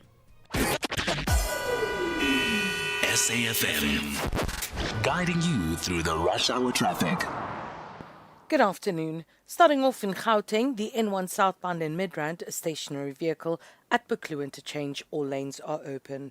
The N1 southbound in four ways queuing towards Winnie Mandela Drive, and the N12 R24 westbound in Bedfordview queuing on both routes towards Giluli's interchange.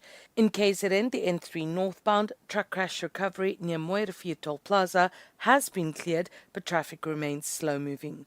In Cape Town, the N2 outbound slow-moving towards Bunga Avenue, Milner Road southbound in Rondebosch slow-moving towards Kromboom Road, and Kromboom Road eastbound in Rondebosch East queuing towards Jan Smuts Drive. With your traffic update, I'm Irma G. This is SAFM Sports with Tuming Kapele. Okay, I said a drawn Sundowns Chiefs game, but to me clearly has got all the insights that I don't have. Well, Kaizer Chiefs assistant coach Cedric Kay says that they are not reading much into a not so stable Mamelodi Sundowns on and off the field, with key players like reigning footballer of the season Lucas Ribeiro still embroiled in contractual disputes. Tonight's game is a crucial one for Amakosi, with the Brazilians still wounded from being eliminated in the MTN 8, losing 4-1 on penalties to Orlando Pirates this past weekend in the semi-finals. People may think that, but at the end you have to do your job. You have to perform well on the field. It doesn't matter the context of or the circumstances of the opponent, but you still have to perform well on the field. And as well, don't forget that you are playing against the last 7 time champions, and I don't think that those kind of teams are troubled that easily. That's why we have been talking and working with our players to not rely on the outside not issues, because there is no issues, but on the words that they are hearing from outside. We still have to perform and to be at our best in every second, in every minute on Wednesday.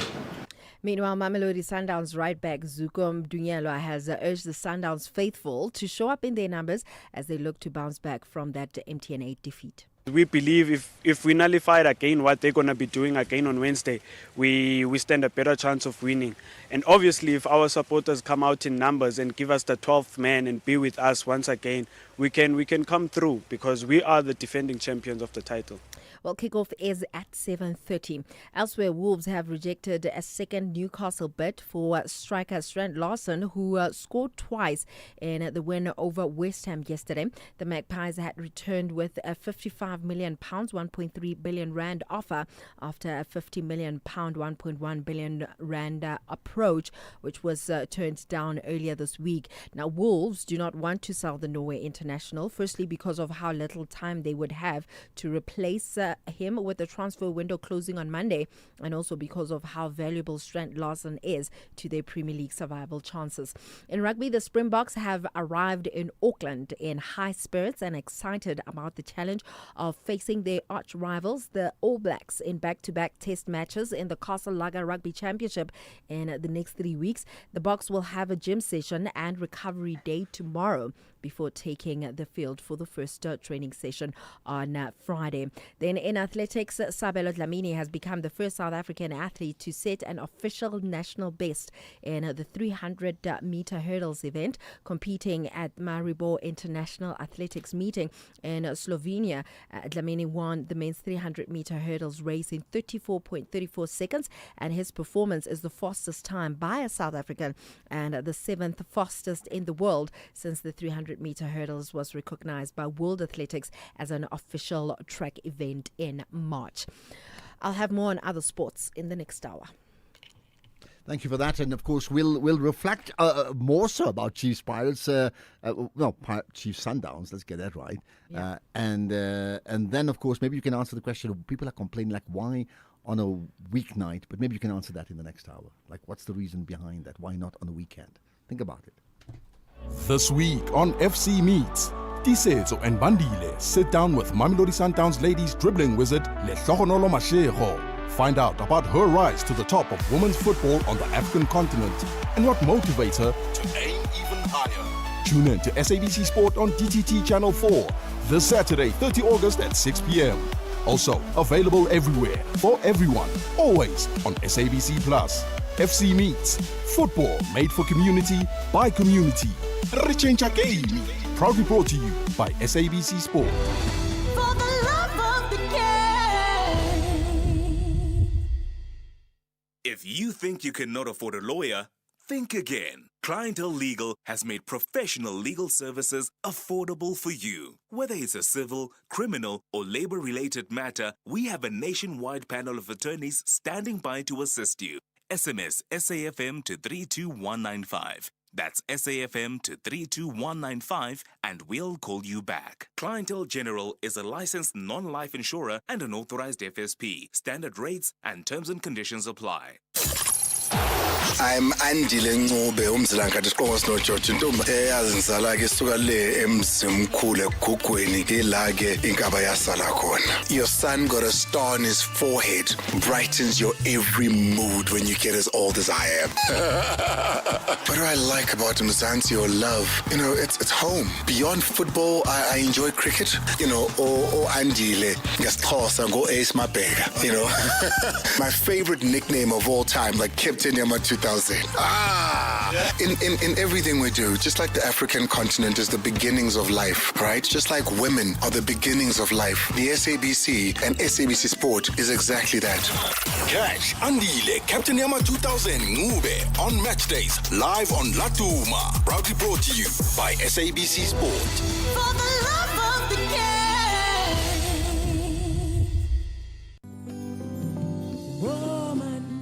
SAFM brings you the Women's Circle on Friday, the 29th of August, live at Santon Hotel, celebrating the business of arts and women in South Africa. Tune in to the Full Circle with Bridget Masenga from 1 to 3 p.m. as we unpack a generational conversation with a captivating panel this Women's Month. SAFM, leading the conversations that move us.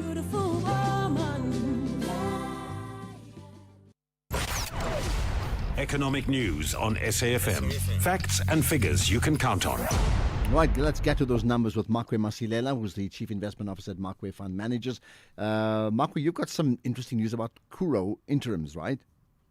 Yes, Ashraf, and afternoon to you and to your listeners. The learner numbers of Kuro for 6 months were down 1.4% to 71,749, but their revenue was up 4.7%, with profits etc. and earnings per share up a mere 0.2%. Ashraf, the share price jumped over 50% as the guys received a firm intention from one of their pioneers, Yani Motong, to buy all the ordinary shares, and that is for 13 rand per share, and delist the company from the JSE. That's almost a 7.2 billion deal, and after delisting the share, if the deal goes through, then this will be turned into a non-profit organization, and market participants are gearing up for quarterly earnings from chipmaker Nvidia, because Nvidia is a bellwether for the global technology sector, particularly regarding the progress when it comes to the AI boom, and tariffs continue to be a headwind as Trump imposed a 50% tariff on India, and that is to punish them for buying oil coming from Russia,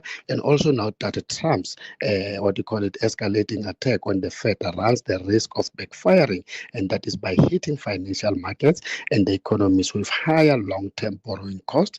And Russia-Ukraine war continues to take a toll on Russia as the country now slashed the economic growth forecast by 1% to 1.5%. Oil prices edged higher, rebounding after sharp losses in the previous session as traders are weighing the impact of steep US tariffs on India and a weaker than expected declines when it comes to the US crude inventories. Brent crude is up 1.7% at $67 a barrel, and the yellow metal is falling after rising to an over 2-week high as Trump's attempts to fire Fed Governor Cook sparked renewed concerns over the central bank's independence. Gold is down 0.4% at 3,379, just like platinum down 0.4% at 1,336. Global markets are choppy, but the local bonds fell 0.6% as resources and industrials continue to stumble, and the rand weakened to 0.8% against the US dollar is now 17.76, 23.89 against the pound, and 20.59 against the euro. Okay, perfect. Thanks for that, Makwe. We'll connect again tomorrow. Makwe Masilela from Makwe Fund Managers. Of course, Jimmy Moyaha comes on from 6 to 7 this evening with 1 hour of the markets. So do not miss that. Ashraf Garda on SAFM. Right. In the meantime, there's lots to talk about. We're going to cross to get an update on the goings on in Westbury just now, right? But let's talk about, certainly from a position of understanding education at TVET colleges and its challenges and how it meets the challenges of, the future of work. So with me is the DDG for the Department of Higher Education and Training. That's Sam Zungu. Appreciate your time and thanks for connecting with us on the National Pulse. Thank you very much for allowing us this opportunity to speak to your listeners this afternoon. Yeah, I suppose it's often something that gets overlooked when there's a big focus on STEM subjects and who's doing well at universities. But the nature of the future of work and how it's changing and evolving, and the role of TVET colleges in being able to meet those demands are critical. So perhaps tell me more about that. Yeah. Maybe before I even respond to your question, I think let me provide some context into our discussion that what we are faced with as a country in terms of the huge unemployment, particularly amongst the youth, which I think is now sitting at around 44.3%. Where in the main women and mostly Africans are actually disproportionately affected by this. Indeed, with regards to the issue of STEM subjects, you will recall that a number of schools, if you go to basic education, are no longer offering the STEM subjects as such. And that creates a number of challenges for us in terms of the pipeline of young people that now leave basic education and come to either colleges or go to universities. So that focus on maybe maths late and so forth has actually created a problem in our own system, because most of the programs that we do, they do require some level of, STEM subjects or understanding of STEM subjects. But as we stand right now, there's very few schools that are actually focusing on STEM subjects. Yeah, it's a good point. But therefore, this point about TVET colleges being positioned to meet the demands of an economy, which then can employ people once they go through TVET colleges, versus, for example, people who study and study well, and even with all the degrees they have, they still can't find a job. Mm-hmm. Yeah, I think on one side, because we've been trying to try and reposition the TVET colleges in relation to our curriculum, to try and modernize it so that we are able to respond to the skills and high demand in terms of our offerings. But indeed, as you say, most young people will still opt to go to universities as opposed to go to the colleges. And I think it's something that we need to ensure that there's enough information that we are sharing. For instance, some people don't know that we have now introduced a lot of digital literacy and some of the most advanced IT-related programs that we are now offering in our colleges through what is called centers of specializations, but also through the new programs, because you recall that in the past we used to offer the old programs that were coordinated from N1 to N6, which we are currently phasing out, and bringing in the new occupational programs that compels young people to spend less time at the college and more time in the industry. In a way, we'll be able to bridge that gap where industry will always say, hey, you are bringing us people or a half-baked cake, which we cannot really utilize. So when we talk about issues of digitalization and green skills, right? What type of learners or students are you hoping to attract? Well, that's why I was referring earlier on to say we do need to encourage young people at an early age to start pursuing STEM subjects. So we do require STEM subjects, maths, science and engineering programs or subjects that they need to do.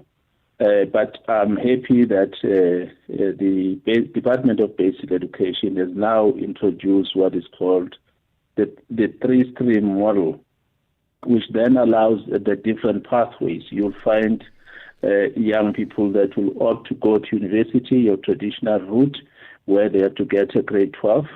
But this new option that DBE is bringing allows young people to also pursue your technical and vocational options.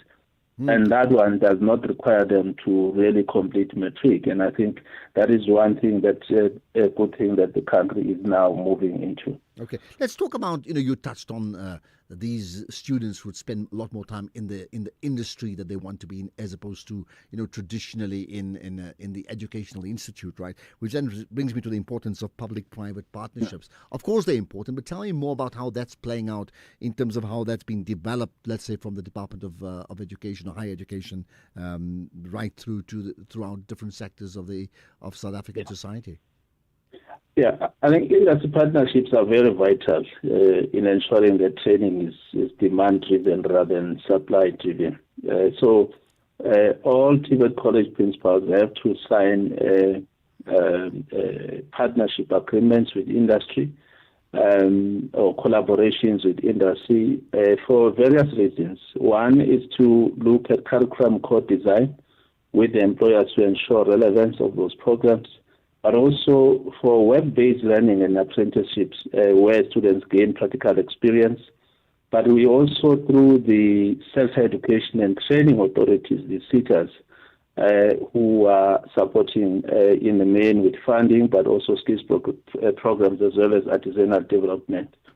But we also try to expand this, not to limit it to private sector, but also government, your municipalities, local government opportunities that are then made available for young people, because all the qualifications or programs that we offer in TVET, without the work exposure, work experience, they are meaningful. So it's very vital that we always bring industry on board and to make sure that we are able to enhance the employability of our graduates, but also help the industry to address their own skills shortages, which then create a win-win ecosystem. Right. Tell me about the plans to expand TVET colleges, particularly in rural communities of South Africa. I think post-94 and the TVET colleges went through a lot of reforms. Recall that in the early 2000s, we were busy with what was called the merger of 151 TVET colleges to 50 colleges, and we had to deal with issues of redress in terms of the infrastructure disparities between the urban base and the rural base. So the Department of Education and Training has invested quite a lot in terms of building new campuses, particularly in the rural settings, where we are trying to ensure that at least in each and every district municipality there is either a campus of a TVET or a skills center of a TVET. I will make an example, for instance, with new campuses that we have built but also upgraded 2024, the former Minister of Education, Science and Innovation, Honorable Professor Blake Zimande, officially opened the campus at State Square in the Eastern Cape on the 29th of this month. The Deputy Minister of Higher Education, Dr. Nonsetho Dube, will be opening another campus at Alwal North, again in the Eastern Cape, but also on the 5th of September 2025. She will be doing a short turning where we are at Ndabankulu, where for the first time we want to focus on commercialization of cannabis, because we know that that region is very rich in cannabis. So those are some of the developments you are doing, but assisting young people in their local communities to also look at entrepreneurial opportunities, because that's what TVET will bring and to that's you. critically important. Let's leave it at that. Entrepreneurial opportunity is very, very important, and to think innovatively, I think, in all that we do. Sam Zungu, the DDG for TVET colleges at the department, as part of the Department of Basic, or rather of Higher Education and Training. Much appreciate your time here on the National Pulse. If you think you cannot afford a lawyer, think again. Clientele Legal has made professional legal services affordable for you. Whether it's a civil, criminal, or labor-related matter, we have a nationwide panel of attorneys standing by to assist you. SMS SAFM to 32195. That's SAFM to 32195 and we'll call you back. Clientele General is a licensed non-life insurer and an authorized FSP. Standard rates and terms and conditions apply. When you're smiling, when you're smiling. On 19th September, wear your favorite socks to school or work and help spread smiles to children across South Africa. The sun comes shining through. Get your Socks for Smile sticker today at smilefoundation.co.za, because every sticker helps fund life-changing surgeries for children in need. Smile Foundation. This is an SABC-supported initiative. It's a tough day for Mark. Tight deadlines and challenges everywhere. But Mark can rest easy, because when he bought his Hino 700 2845 truck tractor, he received a complimentary service plan covering up to 210,000 kilometers for short haul and up to 280,000 kilometers for long haul. Nice one, Mark. Visit your dealer today to find out more about this limited time offer. Hino, all the way. T's and C's apply. From the brilliant buzz of Joburg to the beautiful beaches of the Eastern Cape, FlySafair has you covered. That's right, from 1st November, we'll be flying from Lanseria Airport to both East London and PE, just in time for the holiday rush. Tickets are on sale now from only 770 Rand. So whether it's for work or play, plan your Eastern Cape escape from Lanseria or vice versa. Book now at flysafair.co.za. FlySafair, for the love of fly. T's and C's apply. The National Pulse with Ashraf Garda. Weekdays, 3 to 6 p.m. Right, let's touch on this. We've had many conversations, certainly in the last year or so, about how many communities in the metropolitan areas and in rural communities that have got no water. And rural communities, I think the numbers goes on into months and months. And for the cities, you just expect that not to be the case. But increasingly so, there are suburbs within the biggest cities that are having problems.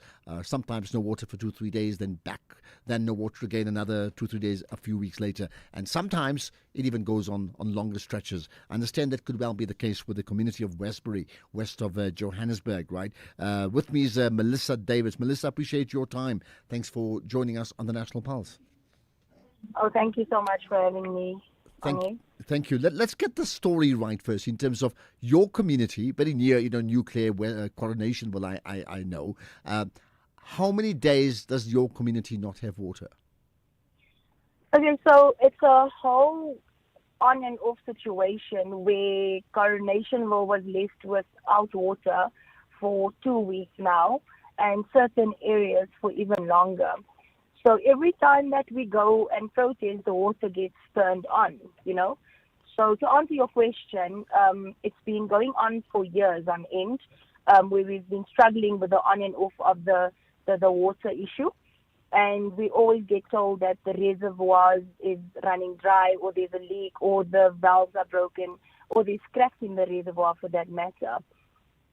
So yeah, that's what we've been dealing with. So I mean, look, I live in the city of Joburg. I know that in the suburb that I come from, we're also having these reservoir problems from, Hurst Hill that affects others as well. So do you think, I mean, that's a case of maybe, issues around maintenance, not getting things done correctly. But do you think that your community is being picked on? That means that for whatever reason, when there's a shortage of water, that the water gets routed to other communities and suburbs and not to yours because maybe you're easier to deal with? To actually answer your question in layman terms, right? If there is a problem with the reservoir, why when yesterday we conducted a protest, then all of a sudden after we had the protest and we went home, there was water in the taps. So is there really a leak in the reservoir? Is there really unplanned maintenance taking place? Because for 2 weeks, we didn't have a drop of water in the taps, nothing whatsoever. Slovo Informal Settlement is literally a stone throw away. You can literally walk across to go get water from their taps, and they have water for 24 hours. So the question is, does the water get turned off by someone, or is there truly something wrong with the reservoir? All right. So you're saying you've had no water, the community of Westbury, no water for 2 straight weeks, but you have water today. We already started having water last night. So this is not only Westbury. This is Coronationville, in particular with Westbury and the surrounding areas. I understand. So the water started coming back yesterday in Coronationville after the protest was conducted in Coronationville. Okay. So when you're protesting, I mean, one is a public protest, which clearly draws huge attention, as you've done now, but the other is obviously to try and speak to the decision makers within the city, right? Have you, community leaders been in consultation with the city of Joburg and the relevant authorities? And I would take it that you would have a ward council as well who would expect to get involved in this. Yeah, so we've tried all avenues. Actually, on Sunday, we conducted a meeting with the community, and that's where the questions was asked. But we got all different answers by saying Slovo is getting the water from the fire hydrant, the illegally connected, and all of those things. And today, the council actually made a video saying that she has called the MNCG, who is responsible for Joburg Water, and we are begging for water, but we're not getting water. But the community as a whole took to the streets that we need to actually fight for what we want, for our basic need of getting water, We have a primary school in the community, and that school has been dismissing the kids at 10 o'clock every single day. I don't mind is a devil's workshop, and we can already see with all the crime happening in our community, what do we think is our children going to resort to? So what impact has, you said it's been going on for years, but let's say the last 2 weeks, what impact does this have, the no water have on your community, which is not the wealthiest of communities? I'm aware of that. So it's not a case of, we'll just go and buy water from elsewhere and we've got boreholes or things like that. It's not. Yeah. What impact does it have on your community? It has a really negative, sad impact on our community, as I mentioned, with the school kids. The children are being kidnapped, children are being abused, children are vulnerable, beings, and they are roaming the street because they are not allowed to be at the school because of hygienic purposes. We have elderly people that can't take their medication for that matter, and we have residents in particular that need to keep clean, but we can't do all of that because we don't have water. Families can't cook, we can't wash, we can't do anything. Yeah, so now that you protested and the water's been turned back on, are you at all hopeful that things will, in inverted commas, normalize? No, this is a trend. This is not the first time we are protesting, and this is basically a trend. We already said yesterday in the morning, we said, listen, we already know they're going to switch on the water tonight, but we're not going to stop until they find a amicable solution to actually complete whatever maintenance they're busy with, because they are really not helping us. They're really not coming through for us. Who switched the water on yesterday? That's my question. Who went and switched on the water after 2 weeks? 2 weeks, dry taps, nothing. And now all of a sudden there's water. So who's fooling who? What's happening? Okay, we need to follow up. Maybe I'll get Keys and Temba to just check up to see whether we can get the Joburg City or Rand Water, whoever the relevant authorities, to talk to us about it. If not today, sometime soon. I think it's that important. Please, we really want you to get the MMC Jack Sikwele in the hands. Please, he needs to give answers. I mean, we went to an extent where we had a protest for a week, and that's when the MMCs came out with no answers whatsoever. Okay. And we are back to where we started. Point taken. Melissa Davids, thanks for your time. Community leader in that community of Westbury, west of Johannesburg. No water for 2 weeks. One protest. Water's back on last night. There we are. Let's get the news. Here's Greg Host.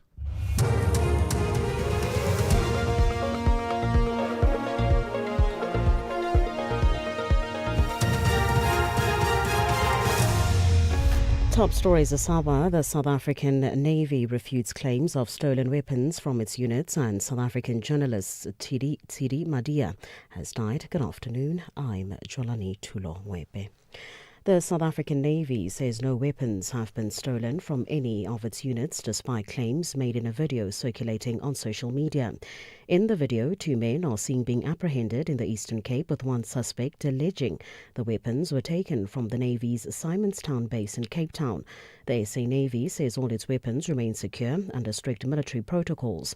Police have confirmed they are investigating a robbery at the Institute for Maritime Technology, a subsidiary of Armscor, located near the Navy base in Simonstown. The Navy says it remains committed to safeguarding all weapons and equipment under its care. South African journalist and Radio 702's associate politics editor Tsidi Madia has died. Madia passed away this morning in hospital following a short illness. Madia was regarded one of the country's leading political journalists, with her insightful analysis and in-depth interviews with the country's politicians. Phumzile Mlangeni reports. After graduating with a communications degree from the University of Johannesburg in 2008, Madia began her career at Eyewitness News as a traffic desk assistant, later working across major media houses before returning to EWN in a senior role. In a statement, Prime Media Group CEO Jonathan Proctor described her as a rare force in journalism, incredibly well-connected and respected in the political fraternity. Phumzile Mlangeni, SABC News. 2 e-hailing drivers have been wounded during a shooting in KwaDabeka near Pinetown in KwaZulu-Natal. The drivers were also assaulted, allegedly by taxi operators. The incident has been confirmed by the KwaZulu-Natal Transport Department. The KwaZulu-Natal E-Hailing Council says an e-hailing vehicle was also shot at during the incident. The council is calling on the police to urgently step in. Rand Water has announced it will cut bulk potable water supply to the Merafong municipality by 20% after the municipality failed to settle its 1 billion rand debt. The utility says negotiations between the two parties have collapsed, with Merafong unable to honour its financial obligations. Rand Water spokesperson Makinosi Maro says the reduction is necessary to curb further debt accumulation. The decision to implement the stringent credit control measures ensures compliance to the provisions of the Promotion of Administrative Act. This act is necessary to hold municipalities accountable and to prevent further escalation of water services debts. Rainwater remains committed to serving its customers and ensuring long-term security of potable water supply to all its customers, with their corresponding duty to pay for the services. Pakistan's Punjab province has called in the army to help rescue people from areas devastated by floods. Parts of Punjab have seen their wettest 24-hour period in nearly half a century. The BBC's Azadeh Mushiri has the details. Emergency teams have warned of exceptionally high flooding in Punjab. But the damage, the devastation, it's already here. Our team has seen it. Hundreds of more rescue boats have been deployed. One official told us they're racing to save casualties. Now, in Narowal, this district is heavily affected, and that's because it's near the river Ravi that has swollen. There are dangerous levels of water there, as India had warned there would be after they released water from some of their major dams. That's what happens when reservoirs are overwhelmed upstream in India. Recapping the top story this hour, the South African Navy says no weapons have been stolen from any of its units, despite claims made in a video circulating on social media. For SAFM News, I'm Cholani Tulo-Wepe. In sports this hour, Mdaka announced Amajita Under-20 World Cup preliminary squad. PSL announced Mbombela Stadium to host MTN8 final. And in the business of sport, we talk why women's sport present a potential gold mine for brands. More details at 5:30. SAFM, guiding you through the rush hour traffic. Good afternoon. Starting off in Gauteng, the M2 eastbound in central Johannesburg, queuing towards Heidelberg Road. Golden Highway has a crash reported at Nirvana Drive that's causing delays. And on Winnie Mandela Drive southbound in Hurlingham, roadworks with traffic restrictions towards Stirling Road. In KZN, the M1 Higginson Highway westbound in Chatsworth, queuing towards Westcliff exit, and the N3 eastbound, a stationary truck at Cliffdale. In Cape Town, Mike Pina Boulevard northbound queuing towards the N1 highway, and Plattekloof Road eastbound is where crash is reported before Eeskriger Road. With your traffic update, I'm Irma G. Are you looking for the best savings on spectacles? At Specsavers, enjoy 1,500 Rand off when you get tested at South Africa's trusted and most established optical group. Get 1,500 Rand off all frames in store, or use your 1,500 Rand off on our leading lens enhancements, such as drive light lenses that reduce artificial glare whilst driving. Book online or call your nearest store today. Affordable eye care, Specsavers. T's and C's apply. The green and gold of Mzansi Africa and the green and white of Nigeria have a massive rivalry in search of victory. Bafana Bafana tackles the Super Eagles. The South clashes with the West. This is the FIFA World Cup African qualifier. South Africa versus Nigeria on Tuesday, 9 September at 5:30 p.m. Live on SABC Plus and SABC2. Also available on SABC radio stations at 6 p.m. Proudly brought to you by SABC Sport.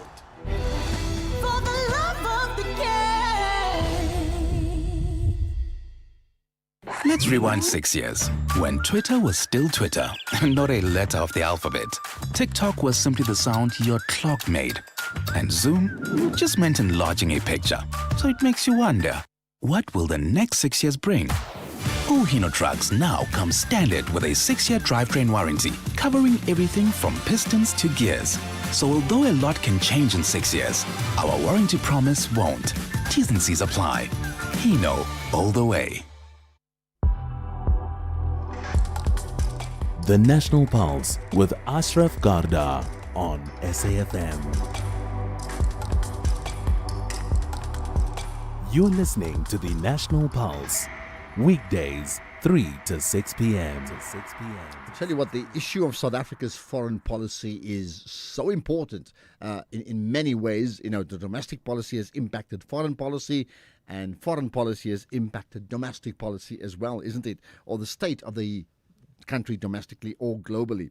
We'll talk about that because the Minister of International Relations, Ronald Lamola, had a briefing earlier today, and we'll play some important clips from that conversation, right?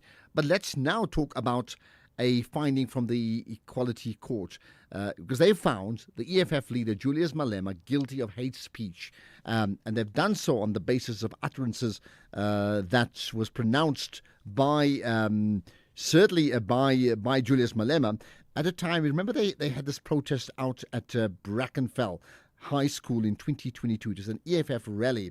And during the rally, this is what Malema said. He said, "Tell that white man to try me. I'll come many times here in the Western Cape, appearing in a court case because no white man is going to beat me up."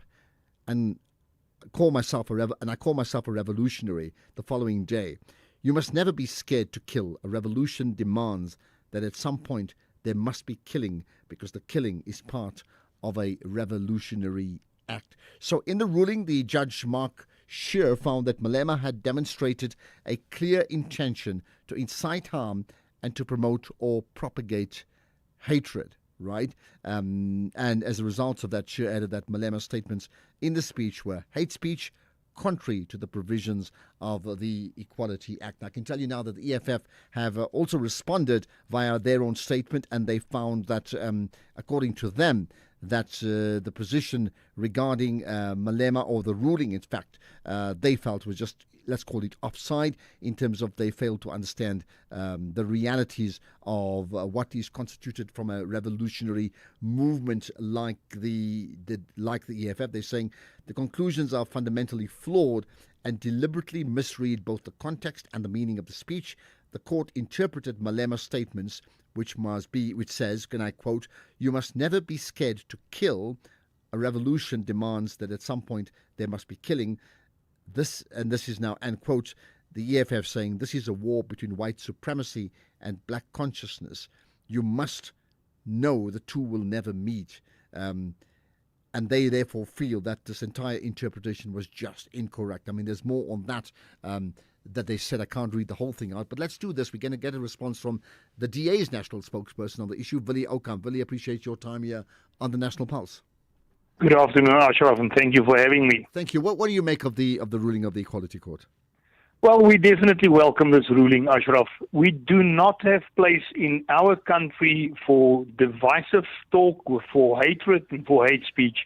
What Malema said when he made those utterances is unacceptable, and that was now confirmed by the Western Cape Equality Court when they found him guilty of hate speech. In this country, we must work towards harmony between all the people in this country. And being a revolutionary organization, as they claim to be, does not give you the right to spread divisive and hatred comments about other people in this country. So we definitely welcome this judgment by the Western Cape Equality Court. All right. Now, as you know, I've read parts of the EFF statement. Clearly, they've challenged it. They certainly disagree. They disagree with the interpretation. But, I mean, as it stands, that's the facts as per the ruling, right? What do you think will be the implications of this ruling? Well, firstly, he has now been found guilty of spreading hate speech, and I firstly hope that the implications will be that him and his followers will stop spreading these hate speech that they are constantly making themselves guilty of. We can include here the singing of "Kill the Boer, Kill the Farmer." I was making a speech a couple of weeks ago, 4 or 5 weeks ago in Parliament, and I was rudely interrupted by Andile Mkitama from the MK party, who said that if he sees me talking there in Parliament, he wants to sing the song "Kill the Boer, Kill the Farmer." So I hope that this will be a deterrent for people to stop spreading this divisive actions. We will, from the Democratic Alliance side, also approach Parliament to see what other actions we can take against him after he has now been found guilty. He has repeatedly crossed the line, and a political leader who incites mass murder is not normal, and it should not be permissible. The DA has fought against this for years, and part of the reason that we joined the Government of National Unity was to keep destructive and hateful political parties like the EFF out of our government. This judgment serves as a vindication of the DA's long-standing position that the EFF will unleash a wave of hatred and race-based violence if it is allowed to ever access power, and we must stop that. Yeah, what about? I mean, it's interesting you say you're part of the GNU to keep the EFF out of Parliament. It's something that you're saying now, and certainly your leader has been saying so. In fact, he even said so at the White House, right? But isn't the more mature way to say they, unless they've committed a crime, they must be allowed in Parliament because they have a voice, similarly like other political parties. And when they commit a crime as a party or an individual, you tackle that crime only. You don't ban the party. We're not saying that they must not be in Parliament, Ashraf. We're saying that they must not be in government, and there's a huge difference. They are an opposition party in this Parliament, and they have got the right to be there. But we must do everything in our power to hold them out of government. If they are in government, we can imagine what negative effects it will have on this country. If you've got people in a governing party that utter the things that he said, it will just not be acceptable for a governing party. So they've got the right to be in Parliament, but we must do everything in our power to keep them out of government. All right. Now, you did say that based upon this ruling, that you now will effectively petition or approach Parliament to say what else can be done. In terms of your understanding right now, what else do you think can be done about Julius Malema, who is an MP in Parliament? Yeah. Well, we've got the Ethics Committee in Parliament as well as the Powers and Privileges Committee, and I think that there's an option to refer his actions to those committees so that Parliament can also act against him. It is unbecoming of a member of Parliament to be found guilty of hate speech, and that Mr. Malema has been found guilty of. So we must consider all other options that we've got available to us. Firstly, again, to act as a deterrent for anybody to do this again. Any member of Parliament should know, especially after this ruling, that they cannot go out in the public and utter these hateful and divisive speech. We do not need that in this country, and I think it should be a message to any public representative out there that they must refrain from doing such. I mean, part of his pronouncements, Malema's, that is the word "kill" more than once, right? I think that maybe is what was picked up by the Equality Court. Clearly, the issue of the EFF, they believe that again it's more symbolic, as they've already mentioned, right? And that is clearly what happened regarding "kill the Boer, kill the farmer," right? And the Court has ruled on that, right? But do you see this giving organizations like yourself and others the leverage to try and again take this to the highest court in the land to review it, but on the one hand, but on the other hand, if not change the law to get the public to understand and reinterpret what will be acceptable or not, even if the courts find differently? We must remember, Ashraf, that the Constitutional Court did not rule on this matter. They decided not to hear this matter. So, given different facts, it can be brought to the Constitutional Court via a different channel again. We can never condone anybody asking for the killing of somebody else in our country. And the Democratic Alliance will definitely opt for any options in that regard that might be available to us to stop anybody of spreading hateful chants like this. He, in this instance, referred to specific individuals and used the word kill several times. But when you refer to a group of people like the Boer or the farmer, a group is consisting of a large number of individuals. And according to us, that is also inciting violence, and it is inciting hate speech. We have seen people being convicted of murder coming out and say that they did that because they were enticed by the "Kill the Boer, Kill the Farmer" song. That has happened in the past. There's no place for that. Why should we do and chant things like that? Why should we say things that are divisive? We should work together in this country to find common ground and to walk away from hateful and divisive actions. We need to do a lot more to build nation building in this country. And what Mr. Malema is doing, whether he's chanting "Kill the Boer, kill the farmer," or whether he's saying that he's going to kill in a revolution, it's unacceptable and it should never be allowed. Okay, thanks for your perspective from the DA's side. Willie Okamp, DA's national spokesperson. Appreciate your thoughts and insights here on the National Pulse. The boardroom heat is on and the pressure is rising. The Insurance Apprentice, hosted by the one and only Babi Moloi, is delivering drama, tough decisions, and big personalities every week. Expect bold moves, emotional twists, and contestants you'll either root for or roast. And yes, you'll be surprised what you learn about insurance along the way. Open up to the Insurance Apprentice, Thursdays at 7 p.m. only on S3. Open up. Spar brings you super savings. Get 175 gram Protex soap, any two for 24 Rand, and 50 megs free data on Spar Mobile, or 100 ml Colgate Maximum Cavity Protection toothpaste, or 150 ml Triple Action, any two for 42 Rand, and 100 megs free data on Spar Mobile. Thus, you could win your share of 6 million Rand in instant cash. Price is valid until 7 September 2025, while stocks last. T's and C's apply.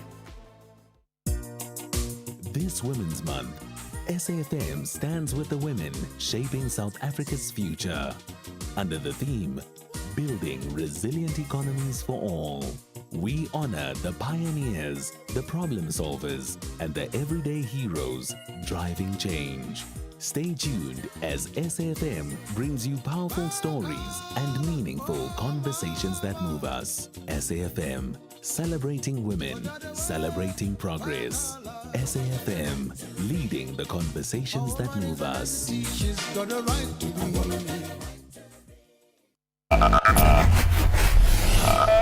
You're listening to the National Pulse. The National Pulse, it certainly is. And is your pulses racing? So are your pulses racing? I think they should be. Either way, that conversation with the DA's national spokesperson, as well as the EFF response, as well as the actual Equality Court ruling on Julius Malema, I have no doubt it's going to spark of a response. I mean, why would it not? Certainly, I expect that. So if you want to call in, you can do so. We'll take your calls as soon as we can. You can call in live. You also know you can send us a voice note. So to call in live, it's 086 000 2032. Then WhatsApp 0614 104 107.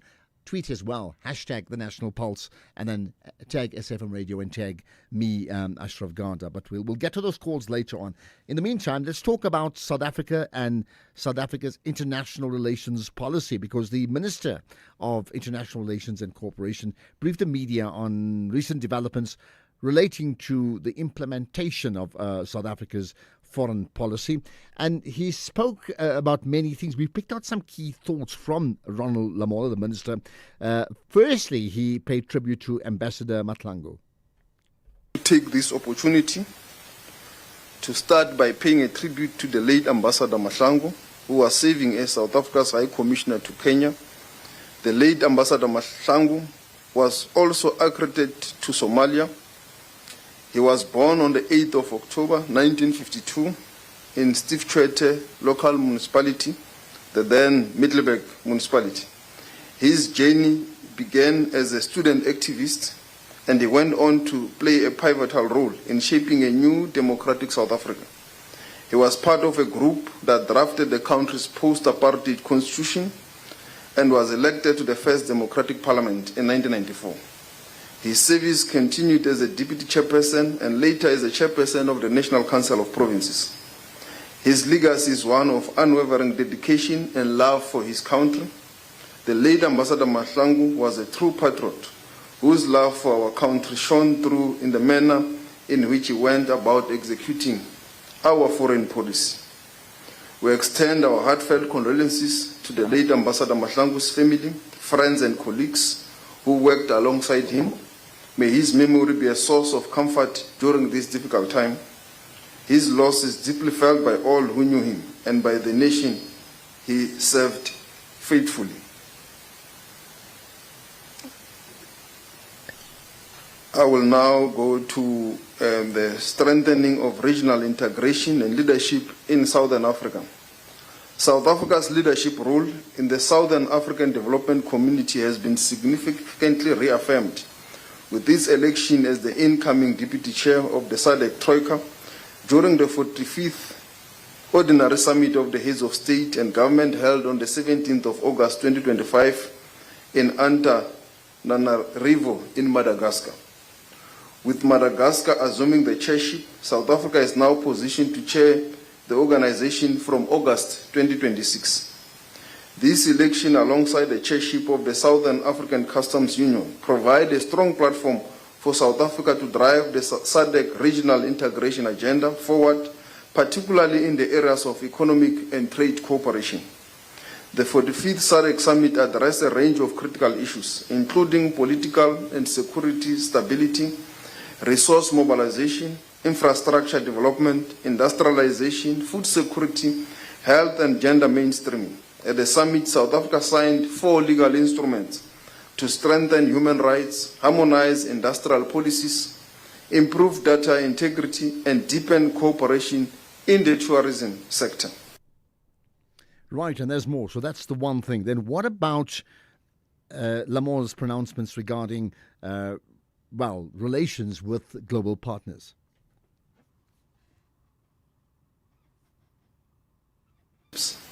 Despite existing challenges, South Africa maintains robust and cordial relations with key global partners. The United States of America, South Africa and the United States continue to engage at the highest level, as evidenced by the recent teleconference between President Ramaphosa and President Trump. While discussions on issues such as the 30% unilateral trade tariffs imposed by the US highlight areas of concern, the bilateral relationship remains resilient and continuing in terms of engagements. We continue to hold several strategic meetings at various political and government levels, including recent meetings that were held by the charge d'affaires of the US, Mr. David Green, with myself and our various ministers in government. Deputy Minister Boots and his counterpart, the Deputy Secretary of State, Mr. Christopher Landau, also engaged via a video conference recently discussing matters of mutual concern, including trade, geopolitical issues, and domestic matters. These engagements are ongoing, and later this week, we will be hosting a U.S. congressional staff delegations from the House of Foreign Affairs Committee. As you are aware, I also had engagements with Mr. Bulow, President Trump's advisor on the African continent. On domestic matters ranging from broad-based black economic empowerment, the Expropriation Act, we continue to reiterate that these are matters which are firmly within the grasp of the South African people and its sovereignty. Furthermore, in relation to the assertion of human rights violations as contained in the latest U.S. Human Rights Report 2024, we reiterate that the allegations of state-sponsored violations of human rights are not factual. Okay. As highlighted previously, according to the South African Police Service's official statistics on rural safety for the fourth quarter of 2024-2025 financial year, 1 January 2025 to 31 March 2025. Right, there we are. That comes from the Minister of International Relations and Cooperation, Ronald Lamola. You may want to comment on the back of that and the earlier conversations we had. If you remember, we've had a chat with the president of NEHAWU, who made the point that, in fact, these lobby groups that lobby effectively against South Africa abroad, right, they must be taken to task. And if the current legislation doesn't allow it, the legislation must be changed so that it allows it sometime in the future. We can't have a situation where their actions effectively causes direct actions of sanctions against South Africa, for example. I wonder, what do you make of that? You can listen to that conversation up as a podcast. Go to safm.co.za. You'll find it, including all the other conversations we had, as well as the one with Willie Outcome from the DA just a few minutes ago regarding Julius Malema. But I need to hear you on some of the biggest issues. Here's one on the DA. Hi, it's a pity that DA's concern with hate speech isn't consistent. There are members of the DA, there are strong supporters and funders of the DA that have openly called for the genocide of the Palestinians on social media, in meetings, and the DA, one, has been silent on the genocide, two, have got members and financiers who are actively promoting hate speech against the Palestinian people. We had DA MP promoting or uttering strong sentiments against black people, and yet the DA didn't even remove, I forget the guy, there was barely a rap on the knuckles for one of their members a few months ago. Okay, I hear you. I mean, do you find that their position is duplicitous in terms of what they say on the one hand and how they apply the principles to their own party? If that's the case, bring it up, as that caller has just done, right? When they commit a crime as a party. Good afternoon, Ashraf. Aaron here. The most divisive people in this country are AfriForum, being helped by the DA to divide this country, and yet the DA representative comes on radio talking about others being divisive. DA kept quiet when AfriForum went overseas to the US and lied about this country, spreading lies. DA kept quiet. DA keeps quiet. The racist IDF and the psychopathic leaders of Israel are murdering Palestinians. DA is quiet. They are the most divisive together with AfriForum. Thank you. Okay. Has the TA kept quiet on that? I mean, just maybe jog my memory. Have they said anything pronounced on the issues that has been raised by that caller? We'll take more on that, of course, right? And a whole lot more. Because if I ask you the question, what moves the national pulse? It's this and more. And I'll leave it up to you to decide as well, because you can also set the agenda by your conversations. But right now, let's get to the news headlines. It's 5:30. Good afternoon, I'm Jolani Tulongwebe, making headlines. The South African Army says no weapons have been stolen from any of its units, despite claims made in a video circulating on social media. 2 e-hailing drivers have been wounded during a shooting in KwaDabega, near Pinetown in KwaZulu-Natal. The drivers were also assaulted, allegedly by taxi operators. And finally, Minneapolis police in the U.S. have responded to a shooting at a Catholic church and school in the south end of the city. There are reports of casualties. I will have details on these and other stories at 6 o'clock. SAFM, guiding you through the rush hour traffic. Good afternoon. Starting off in Gauteng, the N1 northbound in Pretoria, queuing towards Atterbury Road, the N1 northbound in Centurion, a stationary vehicle, after Old Johannesburg Road, the N1 southbound in Midrand has a crash before Buccleuch Interchange, and Fuel Road in Westbury is closed between Hay Avenue and Prince Street. In KZN, the N3 is a stationary truck reported on the link to the N2 North at Spaghetti Junction that's causing some delays. In Cape Town, the N1 outbound, a crash on Sable Road off-ramp, Plattekloof Road eastbound as a crash before Ace Klicher Road, and Main Road northbound, slow moving towards Clovelly Road. With your traffic update, I'm Irma G. The Business of Sports with Tumi Nkapele. All right, then, let's get straight into sports, starting off with a couple of stories before we get into our Business of Sport feature. SA Under-20 head coach Raymond Mdaka has announced his 30-man preliminary squad for the Under-20 FIFA World Cup that will be held in Chile on the 27th of September. A notable exclusion, Orlando Pirates captain Mbegazeli Mogazi, who is expected to be named in Hugo Bruce's 2026 FIFA qualifier squad tomorrow as they take on Lesotho and Nigeria.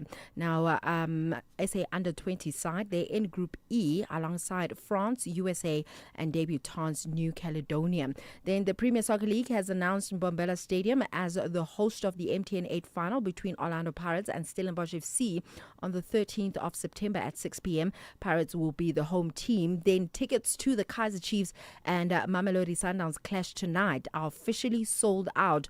All 75,000 tickets are sold. If you don't have a ticket, please do not go to the stadium. Then now, in the Business of Sport, we are discussing why women's sport present a potential gold mine for brands with Cash and Sport founder Nqobile Ndlovu, who joins us on the line. He always joins us every single Wednesday. Nqobile, I hope you're good. Let's just dive deep into it. I mean, there's an argument about women's sport holding superior earning power in certain areas. Do you agree with this, and why do you, if you do? Good afternoon, Dumi. Glad to be back. I do believe that there's a greater potential earning power for women in sport. At the moment, it's not the case that women earn more, but women represent a massive opportunity for brands because in terms of the population dynamic and demographic, they far outstrip men in terms of potential for earnings and current income. Let's just look at a couple of numbers. 74% of sole women home loan incomes are by women under the age of 45. 44% of all vehicle and asset finances, vehicles and assets are financed by women. Nearly 50% of all vehicle sales by women are aged 31 to 45. And the average gross monthly income of women applying for Standard Bank home loans in 2015 was 38,000 Rand, 2025, 67,000 Rand. Women are graduating at a faster rate than men, and they're earning more at a faster rate than men. Just from an economic point of view, women are a gold mine that every brand should be tapping into, but sports brands don't seem to be doing that. I mean, those numbers are quite crazy and very interesting. But then why is it that women's sport are still underrepresented on television and mainstream media? Why do you think it's like that? And also, what impact does it have on the market? sport has generally had a view that women's sport is unpalatable, that people don't really want to watch women's sport. Women's sport, by numbers, gets only about 15% of all media coverage of sport in general. That's television, broadcast, and it was about 4% all the way up until about 2020. So generally speaking, sport has viewed women's sport as a by the way.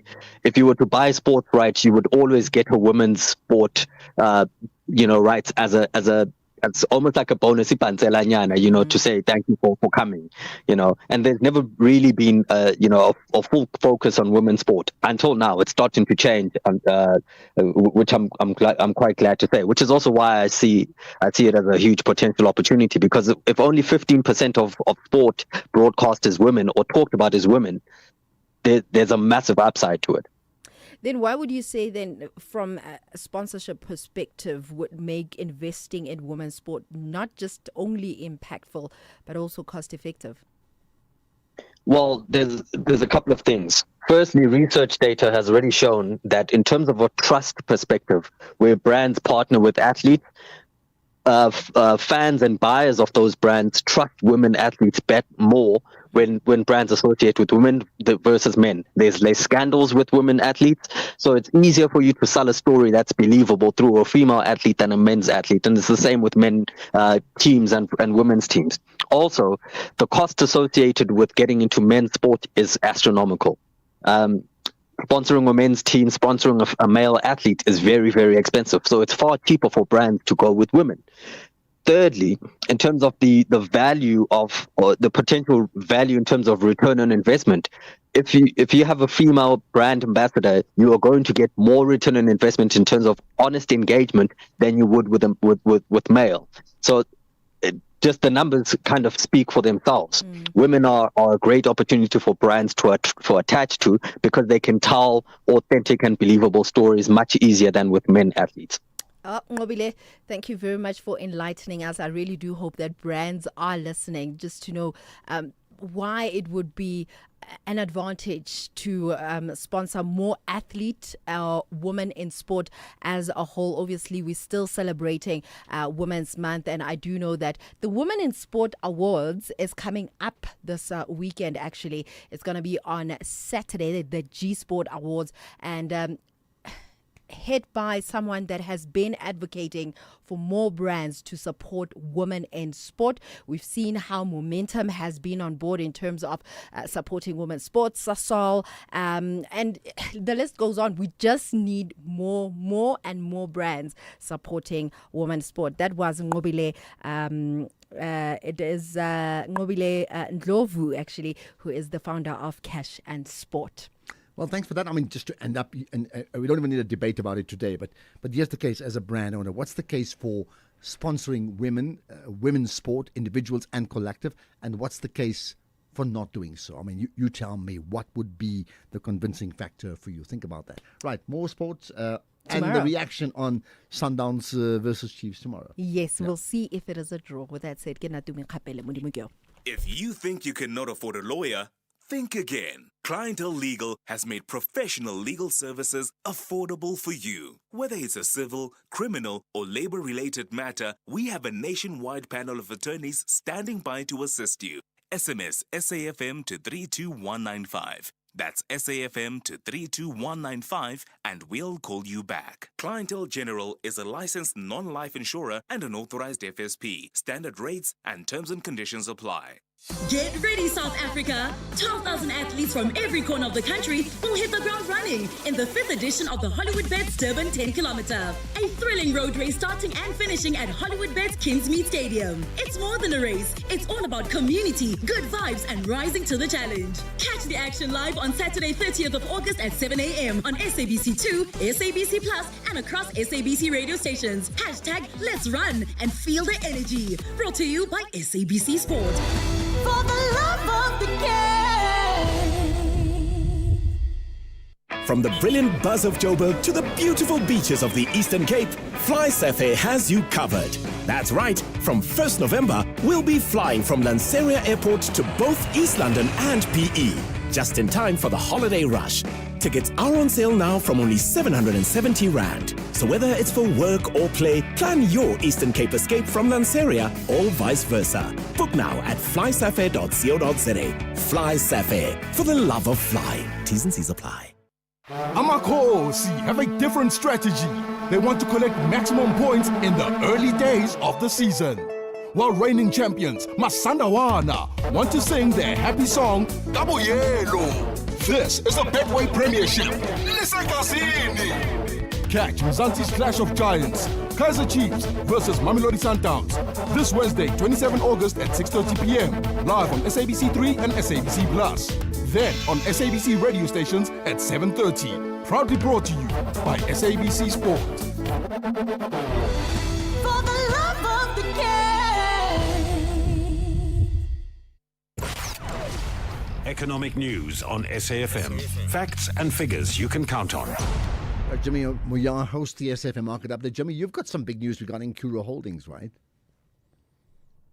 To the listeners, I certainly do. They gave us an update on their first 6 months of the year, an interim results update. But that isn't the news. The news is that the founder of one of the founders that was involved in the formation of Curro, who also happens to be the gentleman who started the foundation that is buying out Curro, has put in that buyout offer. So Curro will be delisting if this offer goes ahead. It's a 7.2 billion rand deal if it goes through as is, and we're going to be taking a look at that. We're going to be taking a look at just how significant this is. For a bit of context to those who don't know the gentleman I'm referring to Jannie Mouton, who is, of course, the founder of the PSG Group, also one of the founders of the Capitec business. And so the PSG and Capitec are now both involved in this particular deal, and we're going to get into the mechanics of that deal in our show a little later on. We've also got a conversation with the team at the Johannesburg Stock Exchange around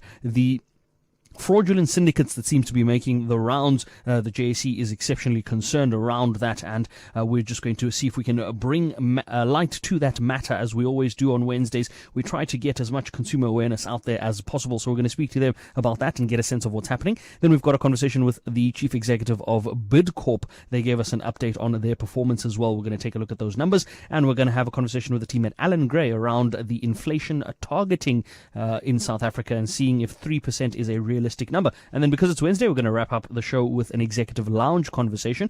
We're going to be speaking to the CEO of Mjaji Mbata Foundation, Thembelihle Mbata, getting to know her a little bit better and seeing what she gets up to at the moment. Before we get to that, the markets have been moving throughout the day.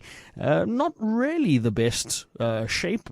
Second consecutive day of a bit of a choppy market action, or actually third if you think about Monday as well. But financial stocks bucking the trend. They were down for the first 2 days of the week, seemingly coming back to the party this time around. If we look at resources, they were down 0.75%. Industrials almost 2/3% down. Financials up 0.15%.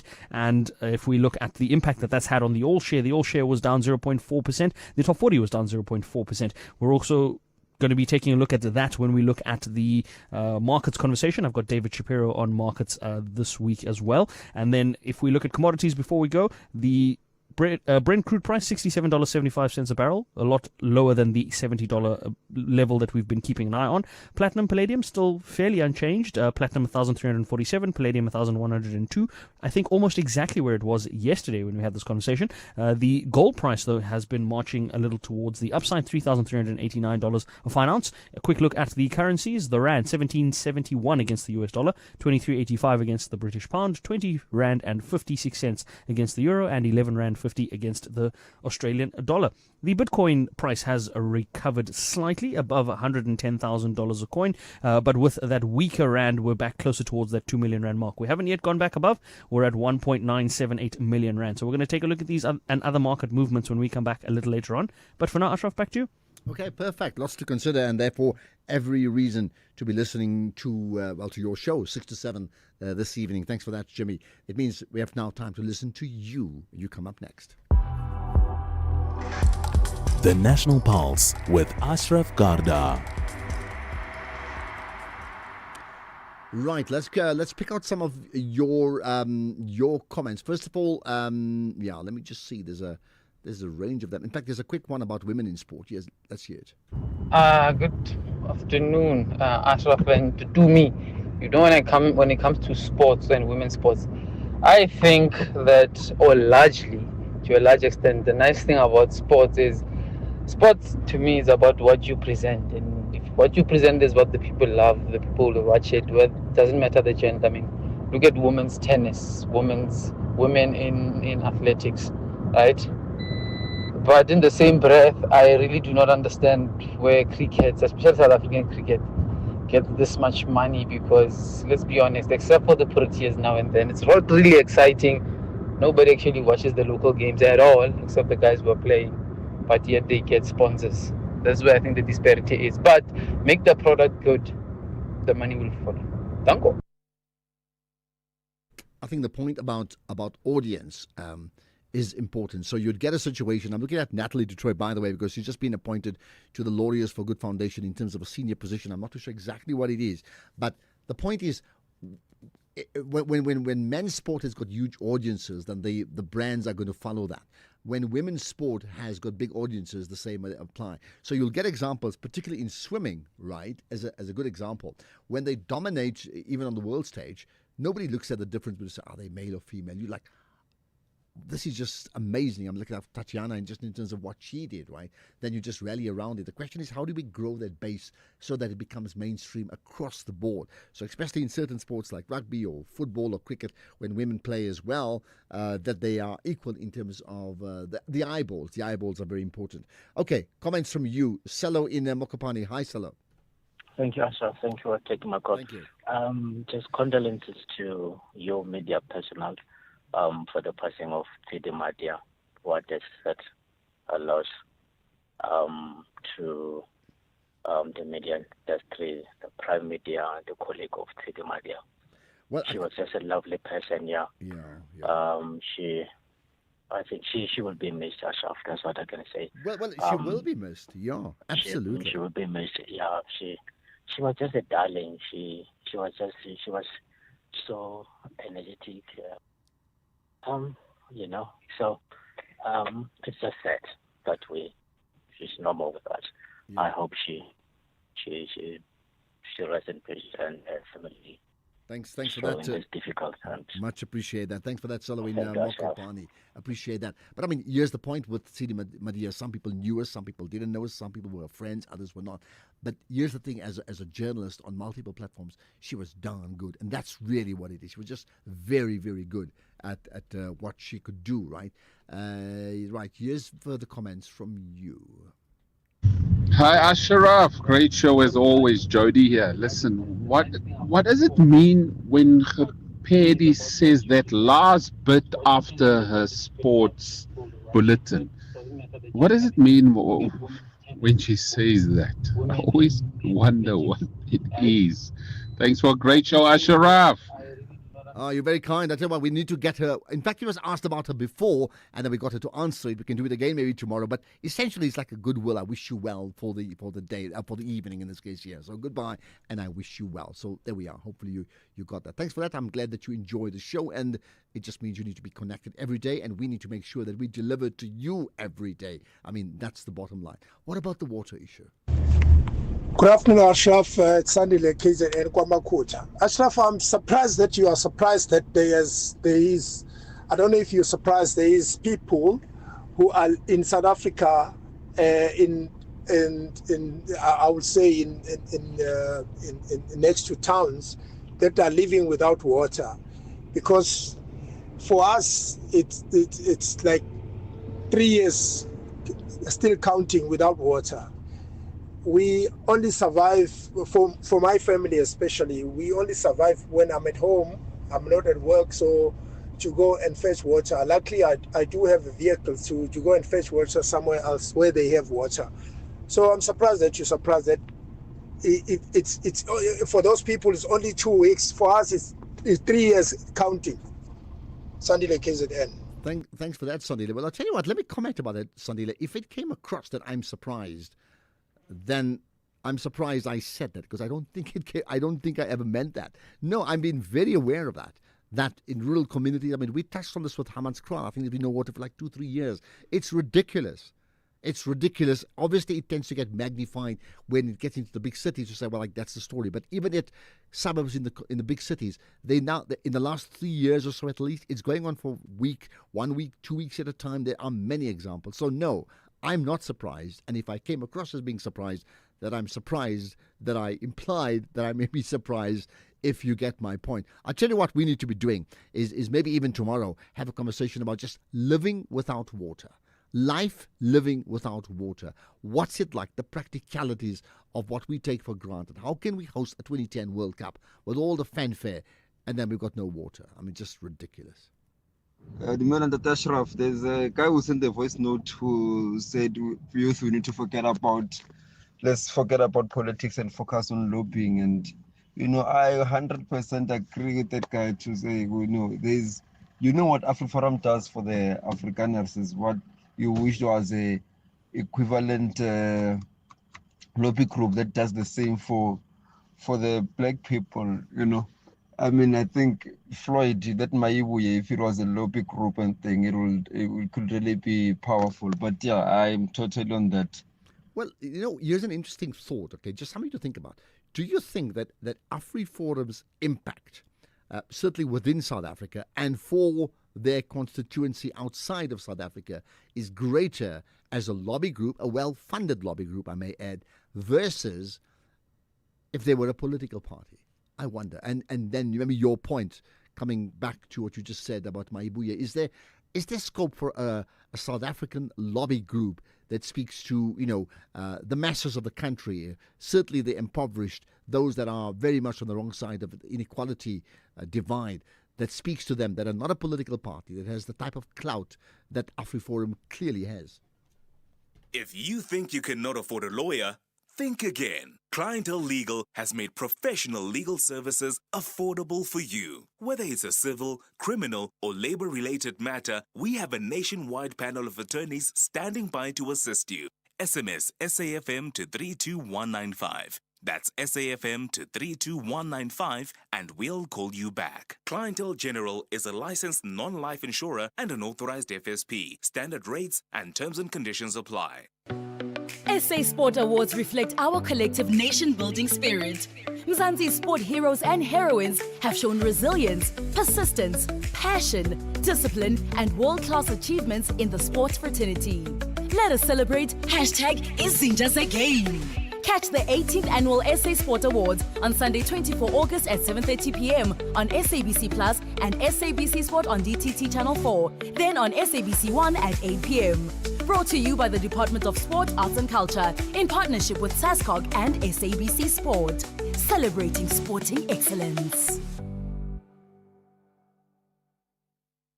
This year, the Standard Bank Joy of Jazz Festival presents 3 unforgettable days deep in the art and heart of jazz. From the 26th, 27th and 28th of September, Umu Sankare, Ababemu, Jasmia Horn, Silent Law and the Noisemakers, Najbonk Trio, Michelle Ndingio-Jello, Willem Siini, Gabby Mutuba, and over 50 world-class acts will be ready to welcome you and yours to 4 magnificent stages of the Sandton Convention Center. Take me there. Buy your tickets at Ticketmaster now. You're listening to the National Pulse. All right, more calls from you, more thoughts from you on any of the issues that we've been speaking about. Here's one about the DA. Hi, Ashraf. I've just listened to your brief interview with Ocampo DA and lambasting Julius Malema following the judgment of the Equality Court in Western Cape, and conclude by saying we must work together. Whereas I don't know how togetherness they understand DA. On the one hand, they go to United States of America. Is that working together with South Africans? Secondly, it cannot be true that they can talk of working together. they have showed themselves, even if they have the few blacks amongst their fold, they are not there for the purpose and objective existence of this country in unison, like ANC policies are promoting for non-sexism, non-racialism, and other negative narratives.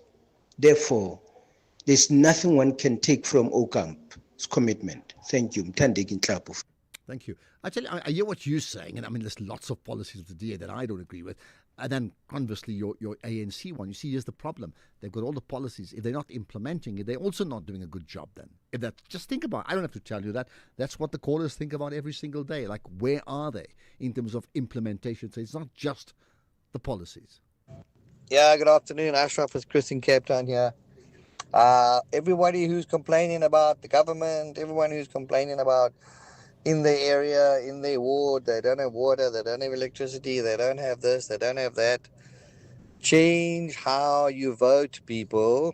It's all about the vote. Vote out the government that is in your ward. It's easier said than done, and you know it, and I know it too, right? Here's another one about AfriForum. Hi, Ashraf. Don't confuse the issues here. Like, AfriForum is well funded, and that's the crux. They are well funded. They can do all of these wonderful things because they've got the money. And it's the same as the apartheid government. They serviced a small group of people in this country, and the rest of South Africa wasn't serviced. So you can't say we need another group that addresses the rest of the country. If you have that group, you need it to be well funded. Who's going to fund it? Because the majority is still poor. So it just comes down to money. It comes down to resources, and the majority does not have that. Well, if you heard me clearly, I actually said the AfriForum is well funded.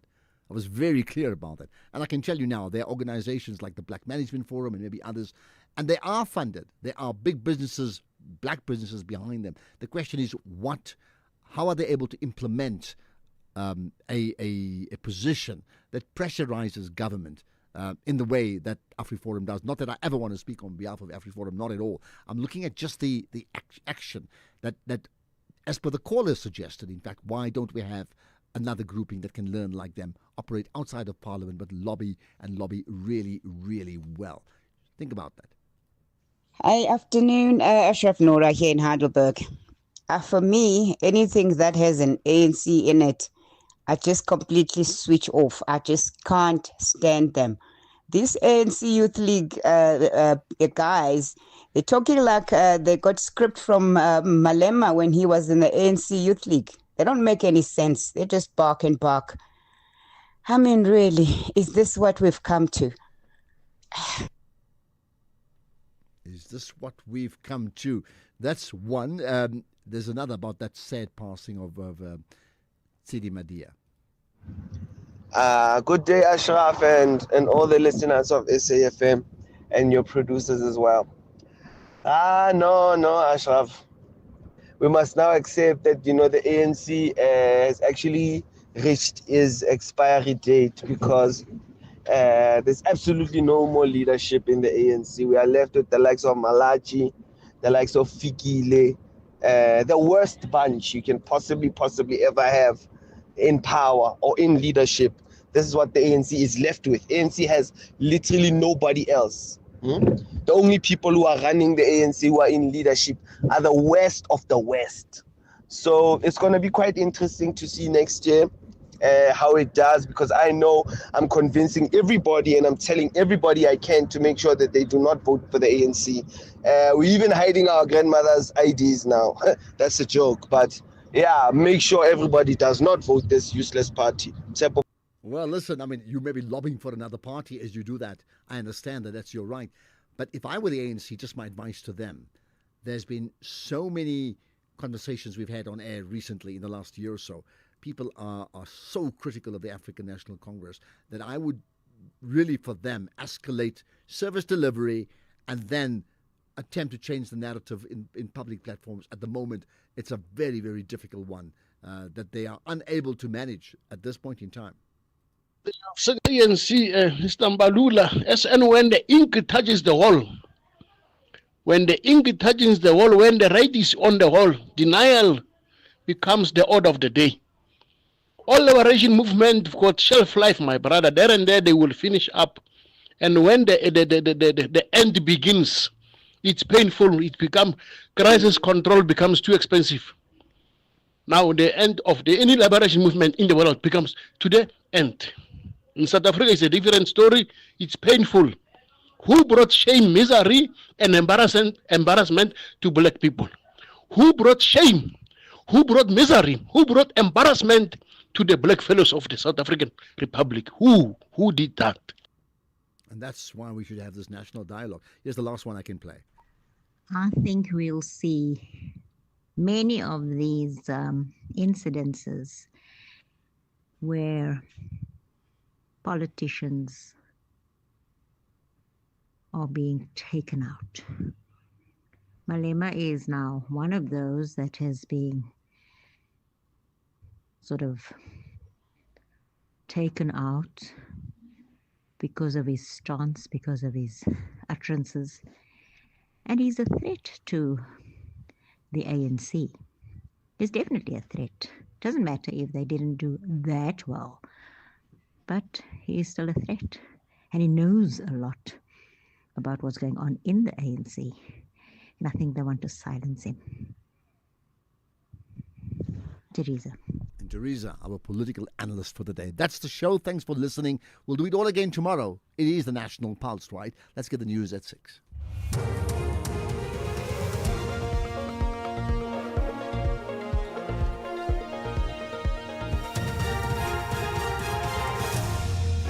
Top stories. The Equality Court finds Malema guilty of hate speech and a fatal shooting in Minneapolis in the U.S. Good evening. I'm Jolani Tulongwebe.